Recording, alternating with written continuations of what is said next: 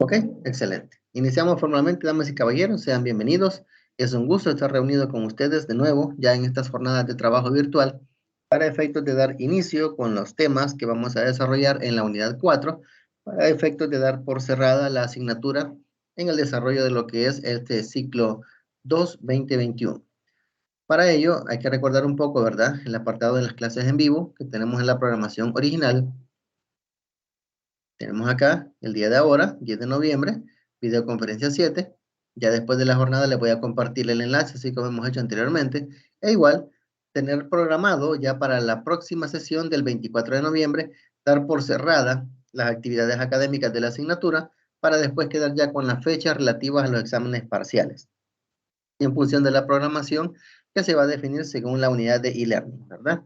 Entonces, de recordarles esto únicamente, damas y caballeros, para efectos de que estén pendientes con el detalle, porque después de la jornada que tenemos esta oportunidad, dentro de 15 días tenemos la última con la que estaríamos cerrando la videoconferencia de la asignatura.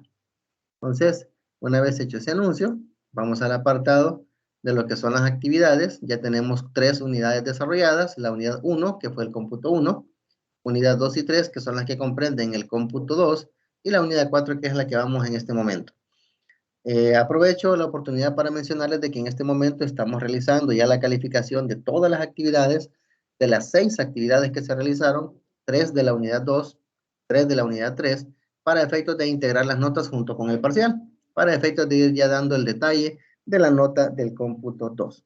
A más tardar estaríamos ya teniendo las listas ya ingresadas al sistema la próxima semana. Ahí se les va a hacer llegar la información mediante el detalle de anuncios en la plataforma, para que ustedes estén sabedores de que ya están sus notas en el sistema, para que las puedan verificar. Muy bien, después de ese preámbulo entonces, iniciamos con lo que son las actividades de la unidad 4 y su respectivo recorrido. En la unidad 4, estamos verificando, damas y caballeros, ya los últimos temas de la asignatura, generando un enfoque más amplio, más holístico, respecto a todos los contenidos previos. Vamos a dar una pequeña reseña de en qué va a consistir la temática que vamos a ver durante toda la unidad, para después definir la dinámica de trabajo y sus objetivos. La unidad 4 tiene que ver con el riesgo, la administración del mismo en cuanto al apartado de las tasas de interés y otras posibles condiciones que son necesarias verificar para que un inversionista tenga el marco de referencia necesario para tomar las mejores decisiones que garanticen rentabilidad, liquidez y rendimiento. Entonces, ¿qué podemos mencionar respecto al tema de la unidad, los temas de la unidad 4? Y con el auge de la globalización, resulta habitual la exposición al riesgo, crisis y tendencias al caos en las organizaciones. Ya lo hemos hablado de que el contagio es un elemento muy presente en una economía globalizada, de la cual nuestro país no está exento. Entonces, como respuesta inmune, estas mutan adaptándose al nuevo contexto de los negocios, que demanda esfuerzos de inteligencia de mercado. La tecnología es inevitable para contrarrestar la incertidumbre y eligiendo la mejor combinación de instrumentos financieros ad hoc al riesgo oportunidad, consecuente a la planificación estratégico-financiera en los ámbitos empresarial, profesional y personal. Desde la perspectiva de nuestra función como futuros gestores de finanzas, tenemos que garantizar siempre que el trinomio de rentabilidad, riesgo y rendimiento sea siempre más favorable para los inversionistas, para los dueños del negocio o para nosotros, en caso de que seamos nosotros la cabeza de una entidad que se dedique a este tipo de actividades. Entonces, partiendo de esa reseña, eso se va a concretizar con el diseño y publicación de un portafolio académico digital que es propio de lo que vamos a hacer en la asignatura en la unidad 4, aplicado a la realidad financiera nacional e internacional. Vamos a aprovechar también la caracterización y reflexión del perfil del riesgo, es decir, ya en términos de lo que somos nosotros como actores, como entes pensantes, en términos del nivel de riesgo que asumimos, ¿verdad? Entonces, ese es otro elemento, de otra dinámica que vamos a hacer dentro de la asignatura, para que ustedes puedan identificar su perfil de riesgo, es decir, la forma específica en la cual ustedes, todos y cada uno de ustedes, van a ser capaces de poder asumir ciertos niveles de riesgo mediante la realización de un test de tolerancia a los riesgos financieros.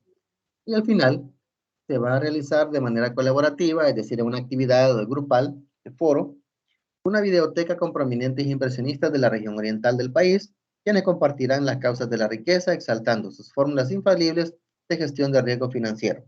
Es decir, vamos a tratar de ver si las condiciones lo permiten, de conocer mediante una dinámica de participación, una dinámica de compartir ciertas experiencias, aquellas iniciativas de victoria o incluso de problemas que han tenido ciertos inversionistas, ciertas personas reconocidas en términos de sus experiencias en el ámbito de inversión. Si les ha ido bien, les ha ido mal, cuál es su experiencia, cuál ha sido el aprendizaje que han obtenido, qué fórmula han podido recurrir, etcétera.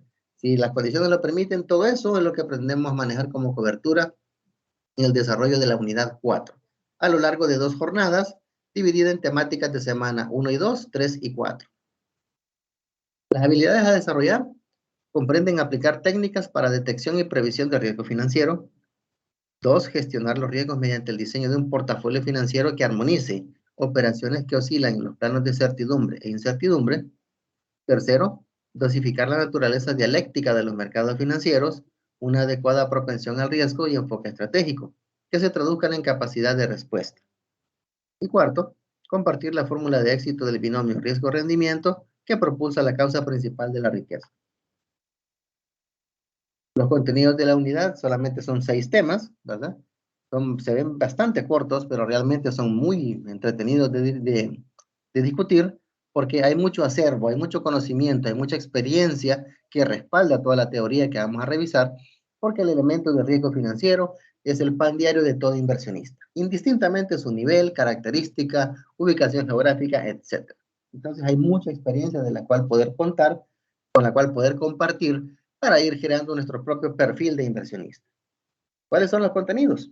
Primero, lo que es la administración de riesgo, después el riesgo y rendimiento, después identificaríamos y mediríamos cómo estamos expuestos a ciertos niveles de riesgo, de ahí tendríamos lo que es el riesgo cambiario, veríamos un apartado de riesgo de la tasa de interés y cerraríamos la temática con los derivados financieros o instrumentos para administrar el riesgo.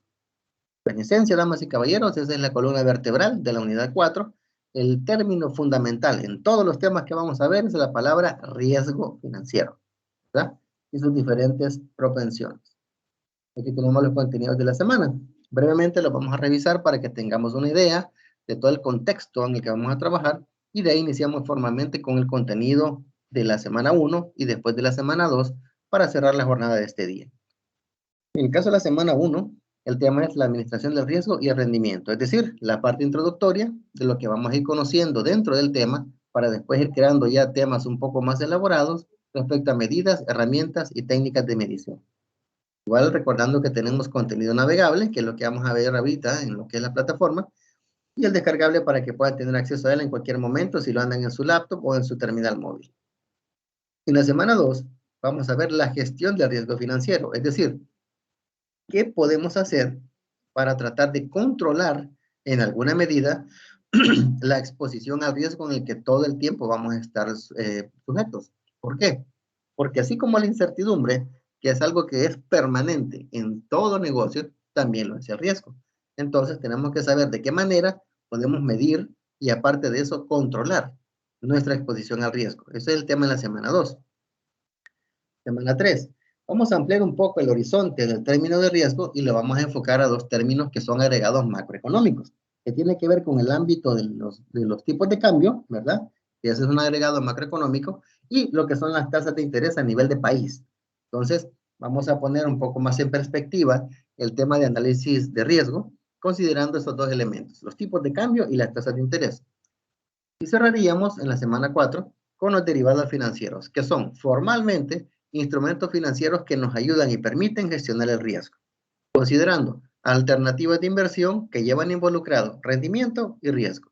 Entonces vamos a ir conociendo o recordando más o menos algunos aspectos de los distintos tipos de activos financieros a los cuales podemos recurrir según el mercado para poder invertir con cierto nivel de tranquilidad, ¿verdad? Que si bien es cierto, la exposición al riesgo es permanente, pero hay niveles tolerables que permitirían sentir más cómodo a un inversionista que a otro.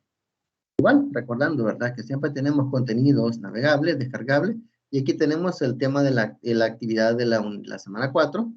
En la semana 3 también hay una actividad. Y en la semana 2 es la primera actividad que vamos a hacer. Una vez finalicemos los temas de la semana 1 y 2, daré explicación a la actividad 1 que es de índole individual, para que después veamos el apartado de las actividades de la semana 3 y 4, donde nos encontraremos con una individual y una grupal. Entonces vamos a verificar, ¿verdad?, los distintos elementos una vez hayamos revisado los contenidos. Una vez se ha hecho este pequeño recorrido de todo lo que es la nomenclatura de la unidad 4, formalmente, damas y caballeros, damos por iniciado entonces el desarrollo de los contenidos y definimos que el objetivo de esta unidad es introducir al estudiante en la connotación de la teoría de análisis de riesgo. Además, vamos a ver de qué manera se puede gestionar el riesgo mediante ciertas técnicas y herramientas derivadas de experiencias que han tenido ciertos inversionistas, ciertas empresas, ciertos países y que han garantizado evidencia de éxito, ¿verdad? Entonces, conocer lo que es el riesgo financiero y la gestión del mismo es el objetivo de esta unidad. Recordarles siempre, damas y caballeros, que siempre, por favor, tengan muy presente de que tienen el espacio para que ustedes puedan opinar, puedan aportar, puedan sugerir. Asimismo, cuando desean hacer alguna inquietud o algo, pues me lo hacen saber a través de la plataforma, ¿verdad? Si en el momento del desarrollo del tema no estiman pertinente hacer la pregunta, sino hasta el final, pues igual, tenemos un espacio de preguntas y respuestas que podemos aprovecharlo para lo mismo. Sin embargo, recordarles que es importante, es necesario, de hecho es hasta deseado, que haya bastante interacción en la comunicación entre este servidor y ustedes. ¿Por qué? Porque así garantizamos de que se está dando una adecuada transmisión del conocimiento. Si yo no recibo retroalimentación de ustedes, no puedo tener certeza de que lo que se está explicando se está entendiendo. Entonces, les voy a agradecer, damas y caballeros, que tengamos esa consideración, ¿verdad? Que participemos, que opinemos, o que al espacio de hacer, al momento de haber un espacio de preguntas, se pueda considerar lo necesario para que tengamos esa interacción. Muy bien. Formalmente, entonces, damas y caballeros, vamos a dar inicio a los contenidos de la semana 1, verificando el detalle relativo a lo que es el riesgo y la administración del riesgo y las tasas de interés. Pueden ver ustedes que acá solamente tenemos 2 temas, sin embargo, el tema de administración de riesgo es un poquito extenso porque como es toda la parte introductoria, ¿verdad?, de lo que vamos a ver, vamos a tomarnos suficiente tiempo para poderlo revisar, captar y entender, y después vamos a entrar un poco en detalle con lo que es el vínculo del riesgo y el rendimiento. En ese sentido, iniciamos entonces con la definición e importancia de la administración del riesgo. No hay un mejor producto para todo el mundo. Es decir, la idea de que en el ámbito de finanzas o en las inversiones en las que nosotros podemos vernos involucrados en algún momento, existe una receta infalible, ¿verdad? Una fórmula mágica que permitiría que nunca tuviéramos ningún tipo de problema o de exposición a riesgo, no existe. Es decir, eso es un elemento utópico, un elemento soñado que no es posible considerarlo presente o real, ¿verdad? Por lo tanto, la diversificación del riesgo en la cartera de productos financieros puede ser factible. Pero la pregunta que se hace antes de hacerla es decir, ¿por qué invertimos? ¿Qué rentabilidad es la que deseamos o necesitamos? Porque hay que recordar que en el ámbito de finanzas una cosa es desear y otra cosa es necesitar. Una cosa es una aspiración y otra cosa es un elemento técnico basado en evidencia, ¿verdad? Que tenemos que tener bien presente. ¿En cuánto tiempo queremos obtener ese rendimiento? ¿De qué manera yo tolero el riesgo? ¿Cuál es mi nivel de tolerancia al riesgo? Entre otras, ¿verdad? Porque todo esto define el marco dentro del cual opera o dentro del cual actúa un inversionista. Entonces, personas que suenan muy famosas en términos de eso, como Warren Buffett, por ejemplo, es imposible considerar que ese tipo haya cometido algún error en algún momento en términos de alguna inversión que haya hecho. Sin embargo, él mismo comparte en las experiencias que él puede mencionar cuando se le entrevista en algunos programas o en algunas revistas en las que él ha compartido algunas experiencias. Él menciona que él ha tenido una vida plagada de errores en términos de inversiones. Y eso es lo que le ha permitido ser el inversionista que hoy es. Un tipo multimillonario, ¿verdad? Que es referente a nivel mundial en términos de inversiones.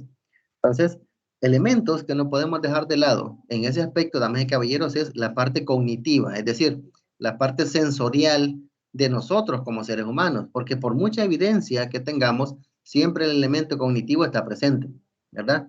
A alguien le pueden decir, esta inversión es la mejor alternativa que puedes tener, vas a tener mejor rendimiento y aquí están las pruebas, pero algo en usted le dice, no, esto no me cuadra. Algo en usted le puede decir, no, mejor buscate alternativa. Algo adentro de usted le puede decir, podés intentarlo, pero con cierta precaución. ¿Me explico? Entonces, en ese sentido, todo lo que tiene que ver con las preguntas que estoy mencionando acá, tienen que ver, además del elemento técnico, el elemento cognitivo y emocional, que no lo podemos dejar de lado. Entonces, teniendo eso claro, el riesgo y la incertidumbre están presentes en cualquier decisión de tipo económico. Las empresas no son sino un conjunto de decisiones relativas a planeación, organización, dirección y control de los recursos económicos. Por lo tanto, el valor de una empresa depende fundamentalmente de una administración adecuada del riesgo. ¿Qué diferencia una empresa exitosa de una empresa quebrada? Las decisiones que se emanan desde la gerencia. Punto. Esa es la única diferencia. No se le puede achacar problema al mercado, no se le puede deducir causas al personal, no se le puede deducir elementos estructurales, etc. No.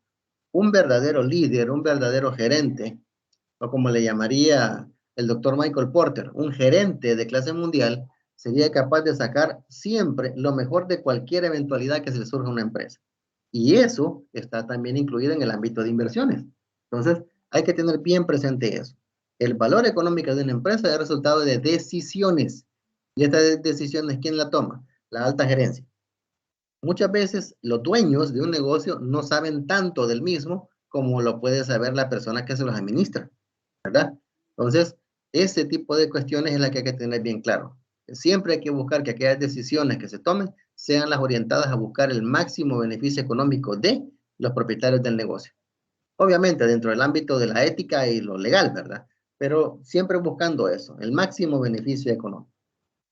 Entonces, el término en el cual estamos adentrando, que es la columna vertebral de todos los temas de la unidad 4, es el siguiente: riesgo financiero.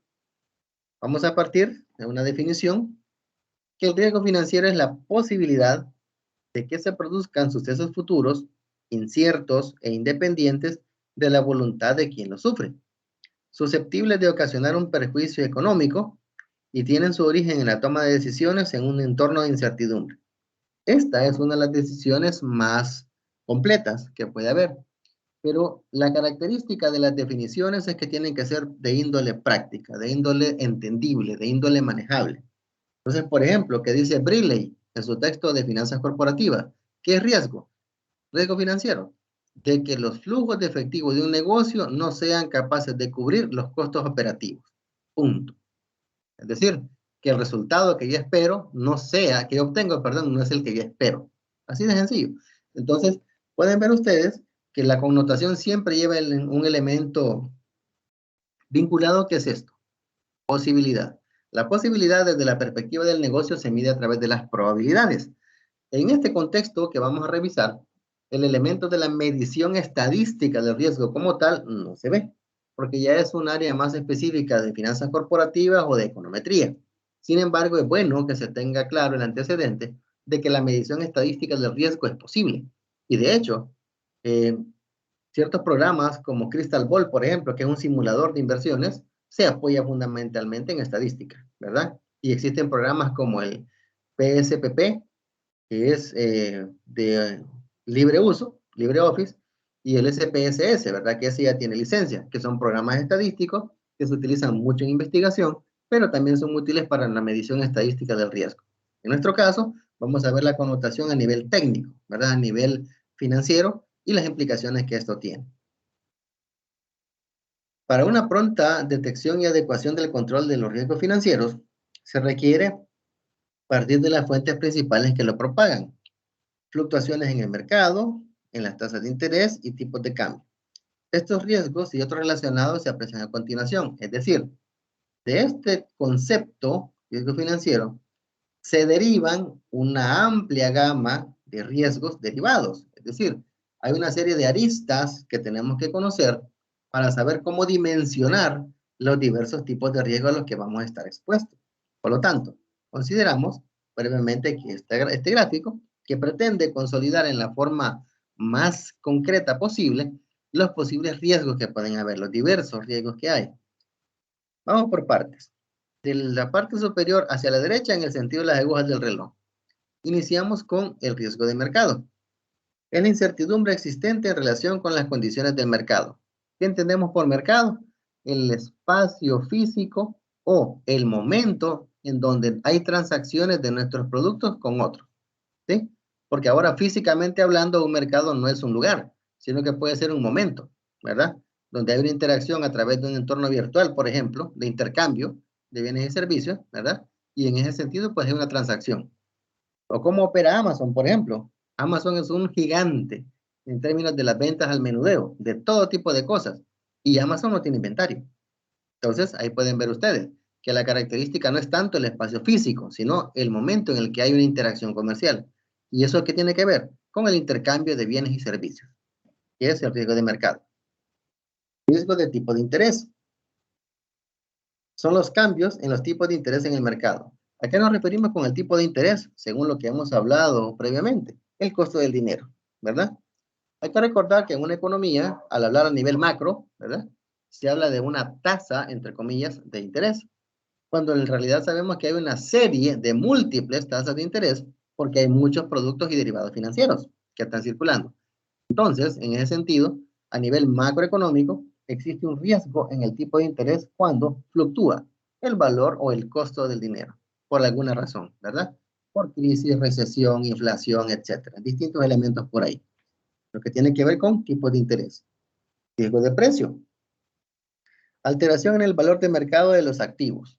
Esto tiene que ver si hablamos de bienes y servicios comunes de consumo, ¿verdad? Nos estaríamos refiriendo a la famosa inflación, el incremento acelerado y sostenido de precios de todos los bienes y servicios de una economía.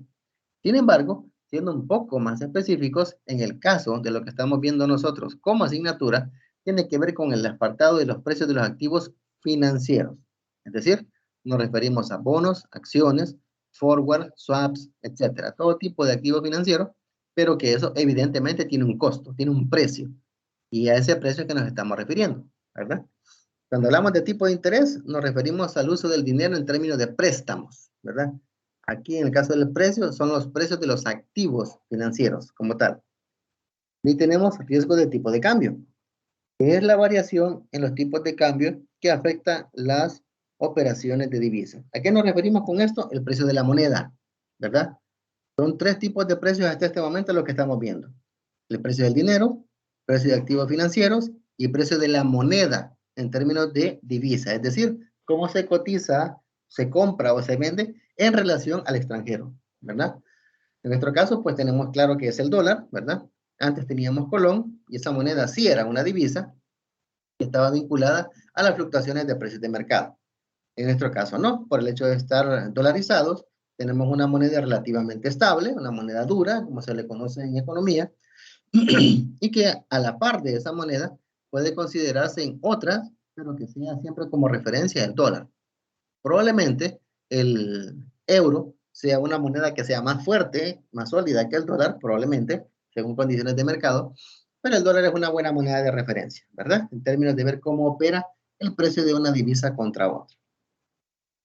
Tenemos después el riesgo de crédito, derivado del incumplimiento de compromisos adquiridos por la contraparte.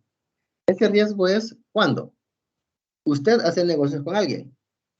Ese alguien le ofrece a usted una promesa de cumplirle su compromiso y le promete cumplirle el 30 de cada mes, por ejemplo. Ya sea que usted le ha vendido el crédito, ya sea que usted le concedió un préstamo, etc. Y resulta de que el 30 de ese mes, del primer mes, perdón, sí le pagó. El 30 del segundo mes ya no le pagó el 31. El siguiente mes no le paga 30 ni 31, le paga el 1 del siguiente mes. Y así, ese tipo de situaciones están connotadas dentro del riesgo de crédito. ¿Por qué? Porque usted hace una programación de gastos en función de los ingresos que espera percibir. Y si usted tiene compromisos por pagar el 30 a las 2 de la tarde y usted recibe un pago el 30 a las 9 de la mañana, perfectamente usted lo cubre. Pero ¿qué tal si su compromiso es a las 2 de la tarde y recibe el pago a las 4? Usted ha quedado mal, porque no cumplió el horario establecido según la contraparte. Y ya hubo otra persona antes que quedó mal con usted, porque no le pagó en el momento y fecha acordado. ¿Me explico? Entonces, eso tiene que ver con el riesgo de crédito, que es bastante presente en todo tipo de operación o transacciones financieras y comerciales. Riesgo operativo.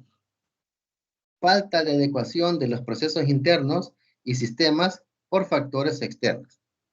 Aquí hay una cuestión bien particular. El riesgo operativo tiene una vinculación de dos elementos. Primero, todos los inconvenientes o problemas internos dentro de la empresa a nivel de procesos, sistemas, etcétera, generados por elementos externos. Un ejemplo típico que me gusta tomar en cuenta por este entorno en el que nos encontramos en este momento es lo que pasó para lo de la pandemia. Muchas empresas tuvieron inconvenientes porque empezaron a dejar de vender porque la gente no compraba al no salir. Entonces, ¿qué sucedió? Empezaron a tener problemas de caja. Al no vender no había ingresos. Al no haber ingresos no había cómo suplir gastos como arrendamiento, alquileres, impuestos o nómina, ¿verdad? Entonces, ¿qué pasó? Hubieron empresas que cerraron, hubieron empresas que pararon operaciones y mandaron a sus casas a las personas sin salario. Entonces, todos esos tipos de elementos externos, ¿verdad? Derivados de la pandemia, afectaron internamente. Podían haber 5 empleados haciendo sus respectivos trabajos, pero no había suficiente demanda de lo que producían como para que se les estuviera elaborando. Entonces, ese es uno de los problemas que se generaron en términos de pandemia, ¿verdad? Y así podrían haber otros, pero me gusta retomar eso para que se vea el efecto de lo que fuera de las puertas de la empresa puede tener dentro de la misma, porque en este caso es el riesgo operativo. Riesgo de liquidez. Imposibilidad de transformar activos en liquidez en las condiciones deseadas. Esto tiene que ver con el hecho de que usted como empresa o inversionista tenga una serie de activos disponibles, por ejemplo, acciones, bonos, etcétera, y usted requiera convertir esos activos en dinero por alguna razón. Por ejemplo, una oportunidad de negocio muy atractiva, una emergencia que se deba cubrir, una alternativa de inversión que se ha presentado que es favorable, etcétera, y que resulte a usted problemas a la hora de querer volver dinero a eso. Por ejemplo, si usted quiere vender sus acciones y el mercado no se las pague bien, ese es un problema de liquidez. Si usted tiene bonos que son para una vigencia de 10 años y usted requiere recuperar liquidez y debe rescindir de los bonos, probablemente usted deba pagar una penalidad. Entonces, a la hora de hacerlo, usted no va a recibir el valor neto del bono, sino el valor menos el castigo. ¿Me explico? Entonces, ejemplos de ese tipo son los que caen en la connotación de riesgo de liquidez. Y hay muchísimos otros, ¿verdad? Sin embargo, dejo esto en contexto para que tengamos claro que el término riesgo es aplicable prácticamente a cualquier dimensión del ámbito de negocios, por el hecho de que los negocios operan en ambientes con incertidumbre, en ambientes donde los cambios son la única constante que hay y por lo tanto tenemos que estar preparados para ello. Continuando, el riesgo está presente en toda actividad financiera. No es posible anularlo totalmente, solo controlarlo a través de una gestión efectiva de las fuentes de riesgo que afectan a la empresa. Entre ellas, todas las que hemos visto. Es decir, que además de estas, pueden haber otras en las que tenemos que tener cierto cuidado, cierta atención al detalle para tratar de controlar. En ese sentido, se recalca que es imposible anular el riesgo, solamente se puede controlar. ¿Cuál es el costo para reducir la variabilidad? Viéndolo desde la perspectiva de comportamiento de ingresos, no asignándole en sí un valor, sino viendo el apartado de qué comportamiento tendrían los ingresos de un negocio si manejara una gestión de riesgo eficiente y una gestión en la que no se está tratando de controlar el riesgo. Básicamente podemos ver acá, según lo que pueden decir ustedes, que aquí tenemos los niveles de ingreso y aquí tenemos el tiempo, ¿verdad? En el eje de las abscisas tenemos el tiempo y en las ordenadas tenemos ingresos. En la línea roja podemos ver cómo se comportarían teóricamente, ¿verdad? Los niveles de ingresos de una empresa que no está haciendo una adecuada gestión de riesgos. Pueden ver ustedes que hay momentos donde hay picos, donde tenemos elevados niveles de ingresos, pero después caídas severas y sostenidas. Pueden ver ustedes desde este punto hasta este otro, el nivel extremo de tiempo que hay entre un punto y el otro. Y esto significa una caída de fondos, un daño en los flujos de efectivo que podría poner en riesgo hasta el propio funcionamiento del negocio. Partiendo del supuesto en términos de magnitud, consideremos que los niveles mínimos que debe tener la empresa para operar sean en este punto, acá, ¿Qué pasaría cuando los ingresos caen debajo de este punto? Toda esta curva que tenemos hasta acá hacia abajo son valores menores a los que teóricamente se requieren para poder operar. Por lo tanto, esta empresa estaría condenada al fracaso, si no es que quiebra, ¿verdad? Entonces, pueden ver ustedes la gran oscilación que hay en los ingresos cuando no se gestionan oportunamente los riesgos. Esta es la línea roja. Mientras que la línea celeste, pueden ver ustedes que el nivel de ingresos no es tan alto, ¿verdad? Pero tampoco tan bajo. Se mantiene sobre ciertos niveles de oscilación, pero tolerables. ¿Y eso qué permite? Que si hay ciertos niveles de cumplimiento en cuanto a los compromisos, puedan manejarse por el mismo nivel o por arriba. Vean el gran cambio que hay acá, salto entre un punto y el otro, mientras que esta es una línea un poco más plana, ¿verdad? Hay menos oscilación. Estadísticamente hablando, si esto lo reflejáramos en un plano cartesiano, donde tenemos valores, ¿verdad? Aquí tendríamos una dispersión desde un punto que está sumamente alto hasta un punto que está sumamente bajo, casi llegando al origen. Este nivel de variabilidad, estadísticamente hablando, representa un altísimo nivel de riesgo, porque esto se mide por la desviación estándar, ¿verdad? ¿Qué tanta variabilidad hay de un punto hasta el otro con relación a la media? Mientras que aquí podemos ver que la variabilidad es tolerable, ¿verdad? Se mantienen ciertos niveles que no generan picos ni caídas, sino que se mantiene bastante llana la trazada de la curva. Entonces podemos ver que con la gestión de riesgo hay un poco más de seguridad en cuanto a los tipos de ingresos percibidos, a la estabilidad, mientras que con la gestión de riesgos ausente tenemos grandes oscilaciones. Y esto, damas y caballeros, es un sinónimo de riesgo, estos comportamientos así. Entonces, ahí se puede ver que en la gráfica anterior, la mejor solución para afrontar la incertidumbre y los riesgos financieros es prevenirlos, gestionarlos, es decir, no generar una administración de apagar incendios, ¿verdad? No volvernos bomberos, sino volvernos estrategas y prever y anticipar, ¿verdad? Los posibles elementos de riesgo con los que nos vamos a enfrentar. ¿Dónde entra en juego entonces este elemento? El elemento que tiene que ver con eso es la diversificación. Ya más adelante vamos a ampliar más a detalle qué es este concepto de la diversificación. Cuando estamos hablando de las distintas corrientes de pensamiento sobre el manejo de los riesgos financieros, existen elementos que tienen que ver con similitudes o diferencias. Entonces, hay autores que le llaman administración de riesgos y hay otros que le llaman gestión de riesgos. En ambos casos hablamos de lo mismo, ¿verdad? ¿Qué es lo que cambia? La connotación según el autor, en función de su marco de referencia y el entorno en el que está escribiendo. Pero en esencia hablamos de lo mismo, ¿verdad?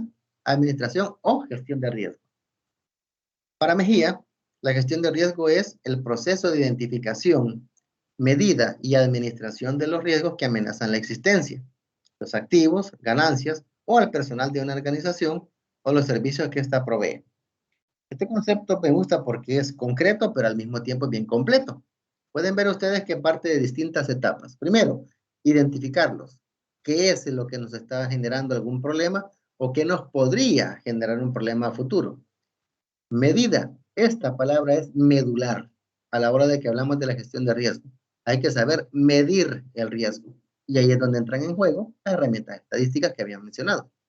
Y después está la administración, es decir, cómo diversificamos nuestra cartera de inversiones para que nos afecte lo menos posible, ¿verdad? Estos tres elementos están aquí. ¿Qué tipo de riesgo hablamos? Los que amenazan la existencia de la empresa, sus activos, las ganancias o el personal o los servicios que provee.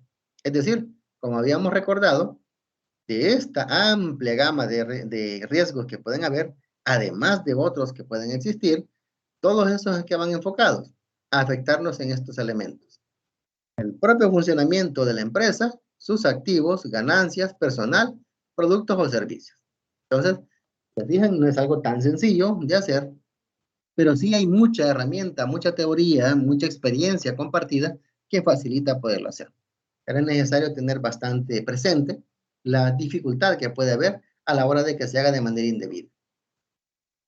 Entonces, una de las causas más importantes que le traslada valor a la administración de riesgo es la creciente volatilidad de las variables financieras, lo que habíamos hablado, ¿verdad? Tasas de interés, precios de los productos, la inflación, el PIB, entre muchas otras. Es decir, Para que usted tenga una correcta gestión de riesgos, usted debe conocer los distintos agregados macroeconómicos del lugar en donde usted está. Usted tiene que conocer, por ejemplo, en el caso de nuestro país, cómo se ha comportado el PIB los últimos 5 años, pre-pandemia, post-pandemia. Usted debe saber en qué nivel se han encontrado las tasas de interés de los bancos a nivel del sistema, a nivel de país, ¿verdad? El sistema bancario, durante los últimos 5 años, por ejemplo. Ya con 5 años hacia atrás, usted ya puede crear tendencias para ir previniendo cómo se va a comportar en el futuro. Ahora, hay que tener algo muy claro. Del 2019 hacia atrás, estamos hablando de un entorno típico, un entorno normal, entre comillas, ¿verdad? Bajo condiciones que se consideraban básicamente inamovibles. Finales de 2019, todo 2020 y lo que va del 21 es un periodo atípico, porque estamos a nivel mundial enfrentando una crisis derivada de una pandemia. Es decir, hoy por hoy podemos ver cómo han subido de precios granos de la canasta básica, productos que están siempre considerados esenciales en la dieta alimenticia de los salvadoreños, porque las cadenas de suministro nacionales e internacionales se han visto terriblemente afectadas por el alto precio de, uno, los aranceles y dos, los combustibles. No hay un país que no se mueva en base a hidrocarburos. Es imposible que se mueva. Entonces, ¿qué sucede? Al ver cómo han incrementado los precios de los distintos agregados del petróleo, ¿verdad? Diésel, gasolina, etcétera. Pueden ver ustedes cómo eso se está reflejando en la canasta básica, ¿verdad? Entonces, ¿qué sucede? Si usted no tiene claro cómo los elementos de los precios de los productos están cambiando o el por qué, usted no va a poder discernir de qué manera va a poder administrar o gestionar riesgo. Si usted no sabe, por ejemplo, cómo se ha comportado la inflación en el país o cómo se ha comportado los niveles del PIB de nuestro país, usted no va a tener marco de referencia para poder gestionar riesgo. ¿Me explico? Entonces, esa es la dificultad, ese es el desafío al que se encuentra un gestor de finanzas en términos de medir riesgo, ¿verdad? Tiene que conocer cómo es que está constituido, ¿verdad? Todo el apartado de agregados macroeconómicos del país donde está operando. Entonces, ¿cuál es el principal objetivo de la gestión de riesgos? ¿Qué busca la gestión de riesgos? Permitirle a la organización tomar los riesgos adecuados, proporcionando el conocimiento y la comprensión de dichos riesgos, identificando los recursos y esfuerzos necesarios para alcanzar los resultados deseados, midiéndolos en función de las expectativas presupuestadas, además de proveer los medios para la temprana detección y corrección de decisiones erradas o inadecuadas. Es decir, ¿qué es lo que busca en esencia la gestión de riesgos? Primero, que se tomen los mejores, entre comillas, riesgos disponibles. Es decir, al hablar de una inversión, de manera automática, usted habla de riesgo. Entonces, usted no va a dejar de aceptar o de invertir en ciertas alternativas por temor a que le pueda ir mal. Eso es imposible de hacer. Siempre hay riesgo. La clave es que usted aprenda a tomar aquellos que realmente usted pueda gestionar.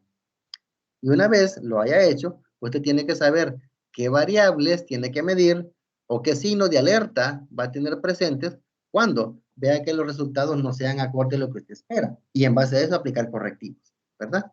Entonces, básicamente lo que le están diciendo es, damas y caballeros, que ustedes aprendan a saber qué riesgos van a tomar. Porque las inversiones en las que ustedes recurran siempre van a estar asociadas a riesgo. Entonces, la gestión de riesgos financieros es necesaria para reducir el impacto negativo que pueden tener en la empresa, que pueden ir desde resultados no deseados hasta el cierre definitivo de la misma por quiebra, ¿verdad? O sea, hablamos de un resultado sumamente adverso, ¿verdad? Sumamente duro, si no se gestionan oportunamente los riesgos anteriores. Para ello, el continuo control ayuda a minimizar los daños. Por lo tanto, aquí podemos ver, según Nuño, cuáles son las siguientes consideraciones generales. Este gráfico ¿verdad? Lo podemos visualizar de la siguiente manera. Primero, en la base tenemos los elementos que hay que hacer y en el centro y en la punta los resultados de lo que estos elementos permiten hacer. Primero, en términos de gestión de riesgo, ¿qué es lo que se sugiere? Diversificar las inversiones para hacer frente a la volatilidad. Volatilidad es el término que se refiere a la variabilidad de resultados, ¿verdad? Siempre venimos a parar a los conceptos estadísticos pero ahora lo manejamos desde la perspectiva financiera. Volatilidad, ¿qué es? Es hablar estadísticamente de variabilidad. Entonces, hay que diversificar las inversiones para reducirla lo más posible, la volatilidad. Segundo, haciendo eso logramos proteger los activos también mediante el uso de seguros. Es decir, ciertas herramientas financieras que nos permiten tener cierto respaldo, cierta garantía a la hora de un resultado adverso. Considerando de hecho, cuando veamos los distintos instrumentos financieros a través de los cuales podemos gestionar el riesgo, van a ver ustedes aquel tipo de activos que se utilizan con la característica que tienen márgenes de cobertura, es decir, tienen cierto tipo de seguro que les da un cierto nivel de protección ante un resultado que no sea el que se ha esperado. Por ahora, el momento, solamente les voy a adelantar la existencia de esos activos, pero lo vamos a ampliar en su momento, ¿verdad? Entonces, si diversificamos inversiones y protegemos nuestros activos, ¿qué hacemos? Una vez teniendo estos dos elementos, ¿qué hay que hacer? Aplicar la inteligencia de mercado para prever tendencias. Esto es en elemento actual y esto es en elemento futuro. Es decir, esto es proyectado. Esto es actual y esto es proyectado. Aplicar la inteligencia de mercado para prever tendencias. Es decir, adelantarnos a lo que nos podría suceder. Y en función de eso, ¿qué vamos a tener? Teniendo ya cubiertas estas partes, mayor control en la rentabilidad de inversiones y resultados obtenidos. Es decir, lo ideal, ¿no? Lo soñado es de que seamos capaces de controlar cualquier resultado que deseemos. Pero claro, esa utopía pues no se puede lograr, pero sí lograr lo más que se pueda que el control de lo que vamos a hacer genere rentabilidades deseadas, ¿verdad? Y resultados que sean favorables, según lo que hemos proyectado. Entonces, entrando un poco ya en detalle, la palabra mágica, ¿verdad? Cuando hablamos de aquello que nos va a permitir reducir la exposición a riesgo, la diversificación. ¿Por qué es importante? En torno a este tema, es necesario primero definir qué es. Tenemos que saber qué es diversificar para poder discernir su importancia. Entonces, la diversificación de carteras es el principio básico de la operación de mercado financiero, según el cual los riesgos se pueden minimizar si el importe global que se pretende invertir se distribuye entre un conjunto de activos con diferentes características. ¿Eh? Ese es un concepto obtenido de la bolsa de valores. En español, lo que está diciendo, si usted tiene $100, invierta $10 en 10 inversiones diferentes. No invierta $100 en una sola, porque entonces todo el riesgo asociado a su inversión recae en una sola alternativa. Puede que le vaya muy bien, puede que le vaya muy mal. Mientras que si usted distribuye $100 entre 10 inversiones, puede que le vaya bien a una, puede que le vaya mal a otra. Pero el beneficio que se obtiene de una cancela o compensa la pérdida que se puede generar en otra. Entonces, la diversificación en eso consiste, ¿verdad? El distribuir en un conjunto de activos diferentes las inversiones. Para Brickside, en los ambientes de incertidumbre financiera, ¿qué es lo que él propone? Y a la hora de aplicar el análisis sistémico de riesgo, hay que tener en cuenta, muy presente, la teoría de portafolio moderno de Harry Markowitz, que sugiere que es posible que los inversores puedan crear un amortiguador contra el riesgo invirtiendo en múltiples industrias o clases de activos diferentes para garantizar que las pérdidas de un área de portafolio se equilibren con las ganancias de otra. En español, lo que habíamos acabado de hablar, ¿verdad? Sin embargo, ese elemento que les he mencionado se deriva del concepto que creó Harry Markowitz, ¿verdad?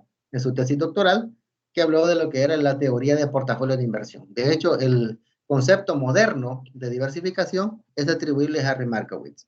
Les recomiendo que lo revisen. En Wikipedia hay un resumen muy bueno de lo que Harry Markowitz propuso, ¿verdad? En su tesis doctoral como efecto de la utilización de la diversificación para reducir el riesgo, muy bueno, les recomiendo que lo revisen, pero en esencia él es el originario, ¿verdad? Él es el padre de la definición moderna de la teoría de diversificación de cartera. Ahora, ¿qué es lo relevante de diversificar el riesgo? Es importante hacerlo porque cuando hacemos la diversificación de riesgo entre distintos productos financieros, este se asume bajo una base de ingresos múltiples y de preferencia con opciones de volver líquido cualquiera de los activos incluidos en el portafolio. Por lo tanto, esta alternativa se convierta en una fortaleza para todo inversionista. Es decir, Si bien es cierto, no existe una receta mágica, ¿verdad?, que nos permita obtener siempre los resultados deseados o estar totalmente aislados de cualquier elemento de riesgo. El concepto de la teoría de diversificación de carteras se vuelve como la herramienta clave, la estrategia principal bajo la cual se puede gestionar y reducir riesgo, ¿verdad? Entonces, todo inversionista que se precie de hacer inversiones que vayan respaldadas por criterio técnico, por criterio económico, criterio financiero, y que garanticen la mínima exposición al riesgo, debe basarse en diversificar sus carteras. Así es en sí.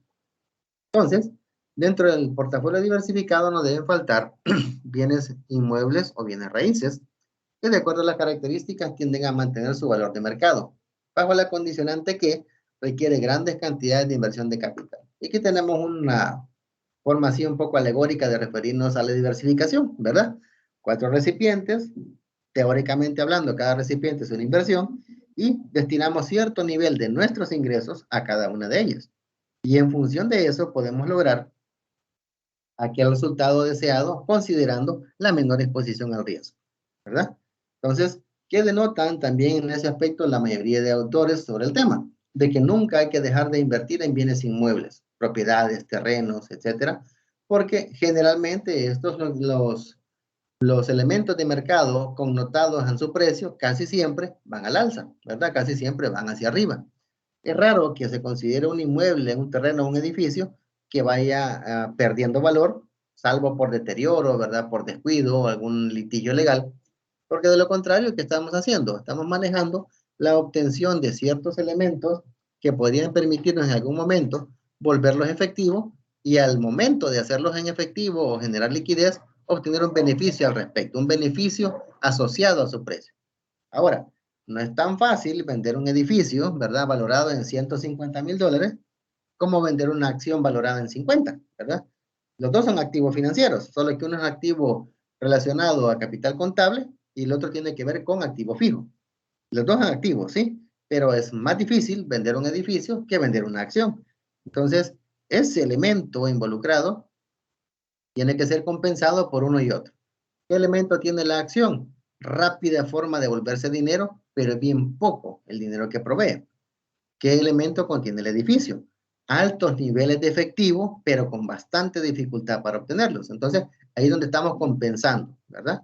Un grupo de acciones, por un lado, y un inmueble por otro. Ahí estaríamos haciendo un ejemplo sumamente sencillo de diversificación de cartera, ¿verdad? De acuerdo con Business Coaching Firm, hay que tener presente la siguiente metodología para la gestión de riesgos en las finanzas con un enfoque integral, es decir, hacerlo de la manera más completa posible. El énfasis en la administración de riesgos debe enmarcarse en las siguientes acciones concretas que produzcan efectividad en las finanzas corporativas. Primero, detección y evaluación de riesgos y elaboración de regulaciones.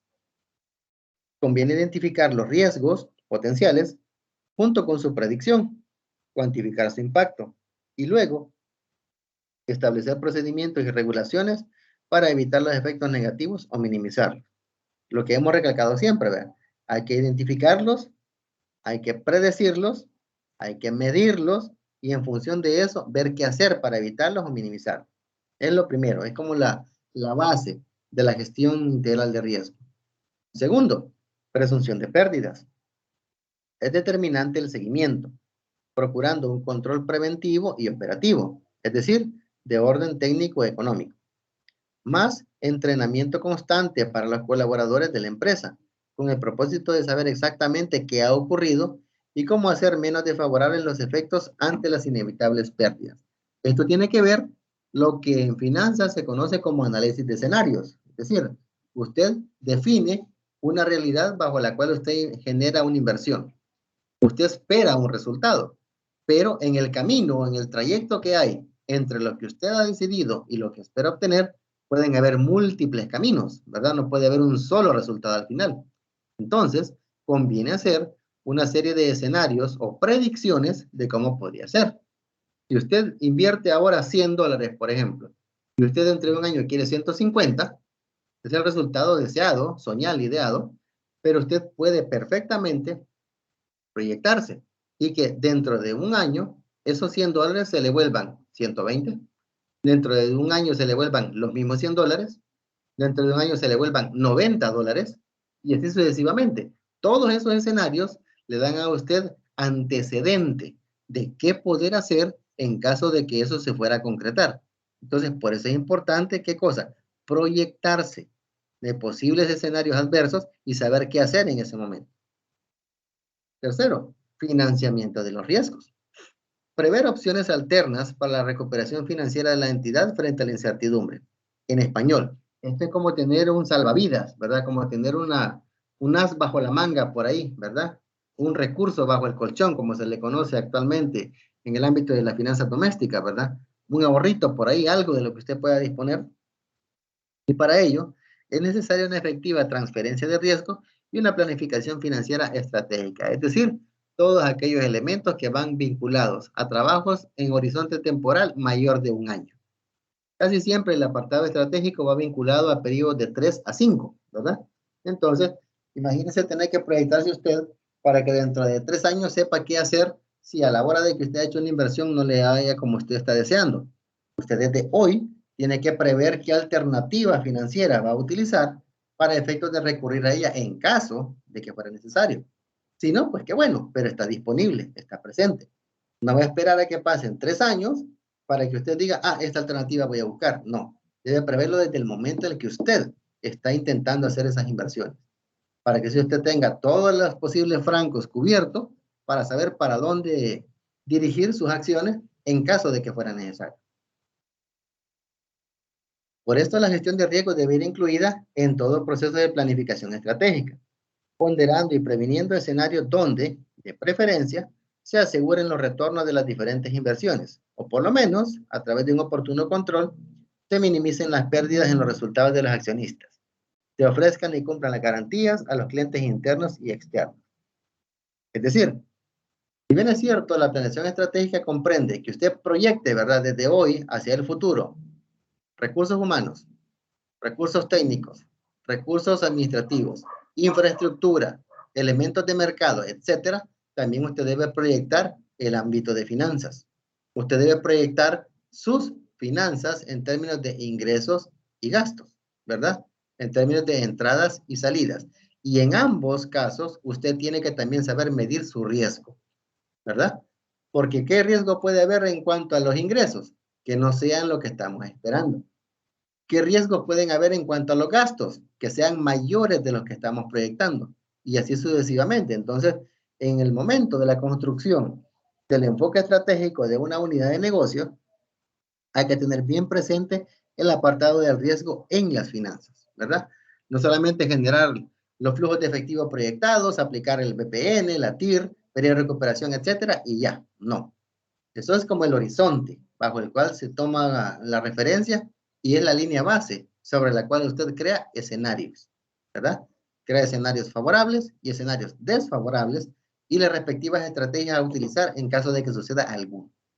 Pero les digo, no es que sea difícil, pero sí es una labor bastante laboriosa, ¿verdad? Bastante elaborada, que requiere ya la utilización específica de medición de riesgos para efectos de planes estratégicos.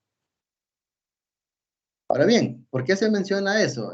Recalcamos eso porque con la actual crisis económica derivada del COVID-19, ha quedado en evidencia que las variables incontrolables del entorno en cualquier momento pueden hacer colapsar cualquier sistema, en especial aquellos en los cuales no hay una mínima consideración de gestión de riesgos. Por ende, la diferencia entre el éxito y el fracaso de cada decisión financiera de la empresa se apuntala en el manejo de contingencias, en la capacidad de ambicionar e incidir en el futuro deseado. Lo que dice Agustín Reyes Ponce, ¿verdad? El escritor que habla de lo que es la teoría administrativa. Él habla que hay distintos tipos de planes, ¿verdad? Planes operativos, planes tácticos, planes estratégicos, etcétera. Pero hay un tipo de plan que él lo menciona, ¿verdad? Y recalca su importancia, pero que en el ámbito real de las empresas casi nunca se le toma la importancia debida, que son los famosos planes de contingencia. Es decir, ¿qué hacer si pasa tal cual situación? El plan de contingencia es aquella estrategia a la cual usted va a recurrir en caso de que suceda un elemento de decisión que no fue planeado, ¿verdad? ¿Por qué? Porque si bien es cierto, es correcto y es hasta deseado que usted proyecte, por ejemplo, necesidades de personal de 1 a 5 años, ¿verdad? Que usted proyecte ampliaciones de infraestructura de 1 a 5 años, que usted proyecte adquisición o ampliamiento de flotas vehiculares de 1 a 5 años, perfecto, está bien, excelente. Pero ¿qué pasa si a la hora que usted está haciendo la inversión, las cosas no salen como usted quiere? Entonces, en ese punto entran en juego los famosos planes de contingencia, que es lo que me refiero acá, ¿verdad? Que son aquellos elementos que están más asociados a probabilidades que a eventos reales en sí. Entonces, no es lo mismo tener 5 estrategias para poder afrontar un problema que solo casarse con una idea y seguirla de manera ciega, ¿verdad? Entonces, cualquiera puede decir, ¿y por qué 5 alternativas si a la larga no sabemos? Es correcto, pero más caro le va a salir que no tenga 4 estrategias adicionales y solo tenga una. Y esa una no se apegue a lo que usted necesita hacer. Entonces, eso es lo que hay que valorar, ¿verdad? Hay que cambiar un poco la mentalidad de los empresarios, más que todo en nuestro país, y de hacerles de notar la importancia de saber prevenir cualquier escenario que no esté eh, previamente definido, ¿verdad? Que no se considere tan posible de suceder, porque no es lo mismo gestionar un riesgo que oportunamente se previó a gestionar un riesgo que de repente le aparece a usted y no haya que hacer, ¿verdad? Por eso les digo, el elemento de contingencia es tan importante. Aquí tenemos las referencias bibliográficas, ¿verdad? Business Coach Firm, ALDE y Mejía, ¿verdad? Para que las puedan revisar, para que tengan una connotación de dónde hemos sacado toda la información que hemos revisado en lo que es la parte de esta semana en la unidad. Después vamos a lo que es riesgo y rendimiento, es decir, ya una vez platicamos de todos los elementos vinculados a la parte introductoria, ¿verdad? A la parte de gestión, a la parte de la participación del analista financiero, su connotación y el papel que juega, además de todos los elementos que comprende la gestión de riesgo.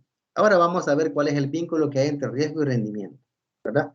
Ampliamos un poquito el análisis y ya, además del término riesgo, le asociamos la variable rendimiento.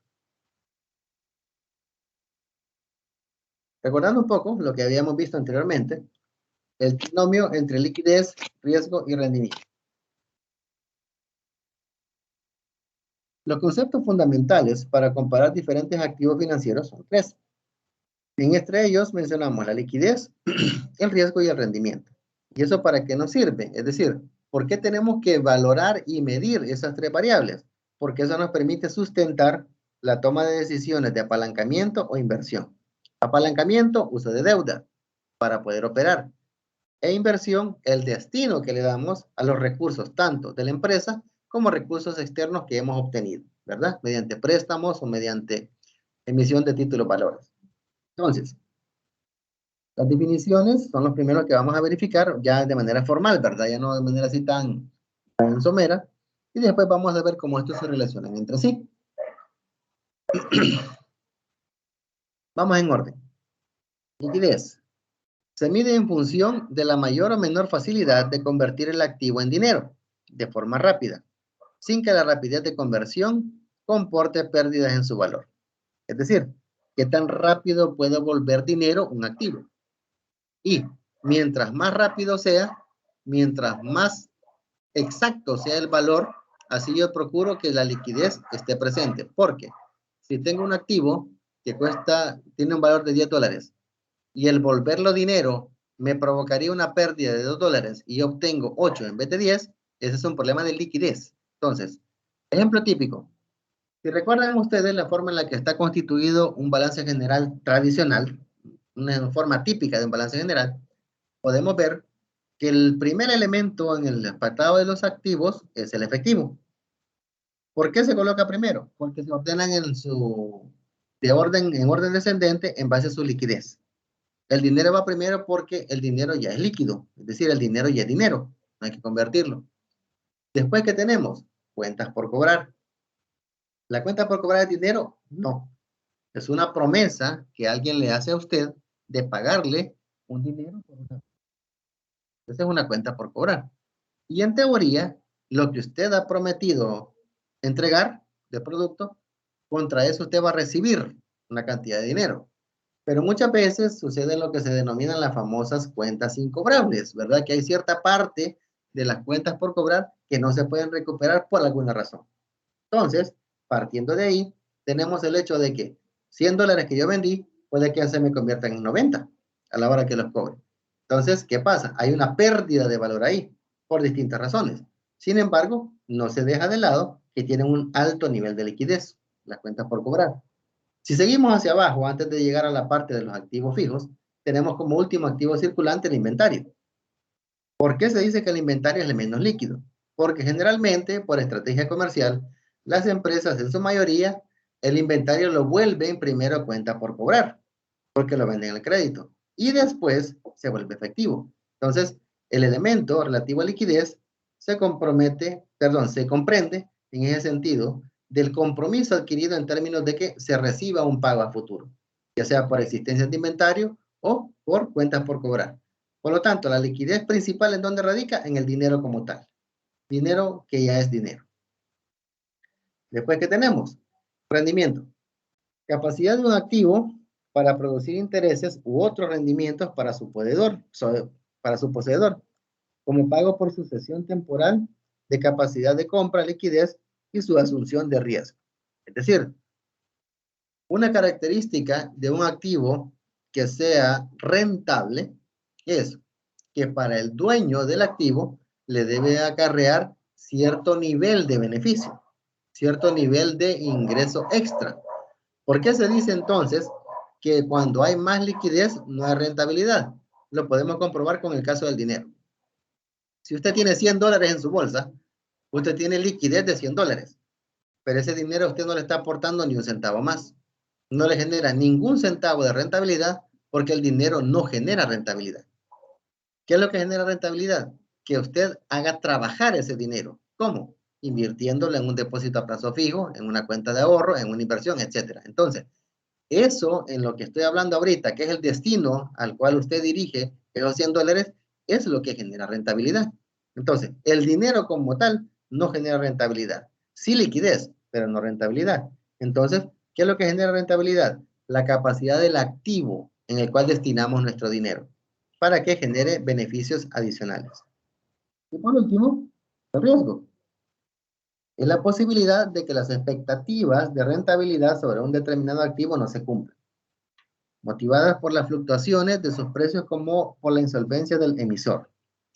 En español, lo que decíamos, retomando lo que ya habíamos hablado de lo que mencionaba Briley, de que nuestros flujos de efectivo esperados no sean capaces de cubrir nuestros costos operativos, ¿verdad?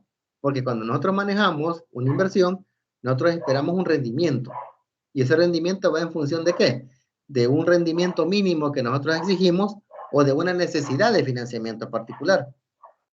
Y si ambos no se cumplen en base a lo que me han prometido, eso es un riesgo para mí. ¿Por qué? Porque ponen en tela de juicio mi capacidad de poder cubrir compromisos o bien la posibilidad de que yo pueda generar más inversiones para traer más rentabilidad para los dueños de la empresa, ¿verdad? En este caso, en ambos elementos estamos hablando de que la posibilidad de un resultado adverso esté presente es latente. Entonces, ese es el riesgo. Ahí tenemos entonces, damas y caballeros, el trinomio: liquidez, rendimiento y riesgo. Para Ortiz, en el análisis, evaluación y comparación y selección de instrumentos financieros que debemos considerar. La rentabilidad de un activo viene determinada por la liquidez y el riesgo, tal como se muestra en la siguiente fórmula que se lee. La rentabilidad de un activo financiero está dada en función o depende del nivel de liquidez y riesgo que le precede.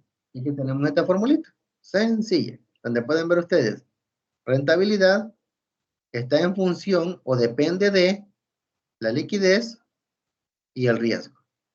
Aquí tenemos en una fórmula entonces integrada la interacción que puede existir entre las tres variables: rendimiento, liquidez y riesgo. En términos matemáticos, esta relación se puede tener presente de esta manera. Cuando incrementa la rentabilidad e incrementa la liquidez y eso es menor que cero, significa que a mayor liquidez, menor rentabilidad. Es decir, que cuando el activo está más cerca de volverse dinero, yo esperaría que el rendimiento que me puede otorgar sea menor, ¿verdad? Mientras más líquido un activo, menos rentabilidad tiene. Por otro lado, lo opuesto, que cuando hay mayor riesgo, acá, existiría la necesidad de que haya una mayor rentabilidad. ¿Por qué? Porque no dejemos de tener presente que una regla básica en finanzas es que a mayor rendimiento, mayor riesgo y viceversa. Por lo tanto, si el riesgo que yo voy a asumir es mayor, significa que yo debo exigir una rentabilidad mayor. Aquí pueden ver ustedes que tenemos el apartado de rentabilidad vinculado a la liquidez y rentabilidad vinculada al riesgo. ¿Qué hemos dicho? A mayor liquidez, menor rentabilidad. Pero cuando hay mayor riesgo, yo debo exigir mayor rentabilidad. Esta ecuación es de mucha importancia porque, aunque la fórmula no la expresa en términos de dosificar riesgo-resultado, permite primero estimar el posible rendimiento de un instrumento financiero o el retorno proyectado. Y segundo, frente al rendimiento real, explica los motivos de su obtención. Es decir, trata de explicar en alguna medida por qué un activo vale lo que vale. Trata de explicar en alguna medida por qué un activo genera la rentabilidad que genera. ¿Me explico? Entonces, da cierta luz al respecto. No así en exactitud completa, así global, absoluta, pero sí da una muy buena idea por qué un activo tiene ese tipo de rentabilidad que tiene. O por qué un activo tiene el precio de mercado que tiene. Según la bolsa de valores, en el análisis de la diversificación del portafolio financiero, hay un principio rector en todo esto, y es que al integrar activos que presentan un comportamiento poco o nada correlacionado entre sí, pueden compensarse de tal forma que el riesgo de la cartera resulte inferior a la suma de los riesgos de cada uno de los activos que la componen. Aquí me voy a detener un poco porque, como les digo, el ámbito de la asignatura escapa, ¿verdad?, de la medición estadística del riesgo como tal, pero sí tenemos que identificar muchas variables estadísticas involucradas y tratar de darles un poquito de sentido. Lo que nos está queriendo decir acá la bolsa de valores es que cuando se hace una diversificación de inversiones a través del uso de diversos activos financieros y estos activos, el rendimiento de estos activos presenta un comportamiento correlacionado, y subrayo este apartado, correlacionado, eso puede permitir que la variabilidad o el riesgo de una cartera total sea menor que la suma de los riesgos de cada uno de los activos que forman esa cartera. Para ponerla en perspectiva, la correlación se refiere al grado de vínculo que hay entre una variable y otra. Estadísticamente hablando, una variable está correlacionada cuando la variable A sube, la variable B baja. O hay una correlación cuando la variable A sube y la variable B sube. Es decir, el comportamiento en una variable, en un sentido cualquiera, me provoca un comportamiento similar u opuesto en otra. Es decir, hay una relación entre ellos. Es como cuando dicen, si yo coloco dentro de un recipiente, coloco agua, el agua está en su estado normal. Pero si le agrego la variable fuego, entonces el agua se evapora. Significa que el fuego está correlacionado con el estado gaseoso del agua. ¿Me explico?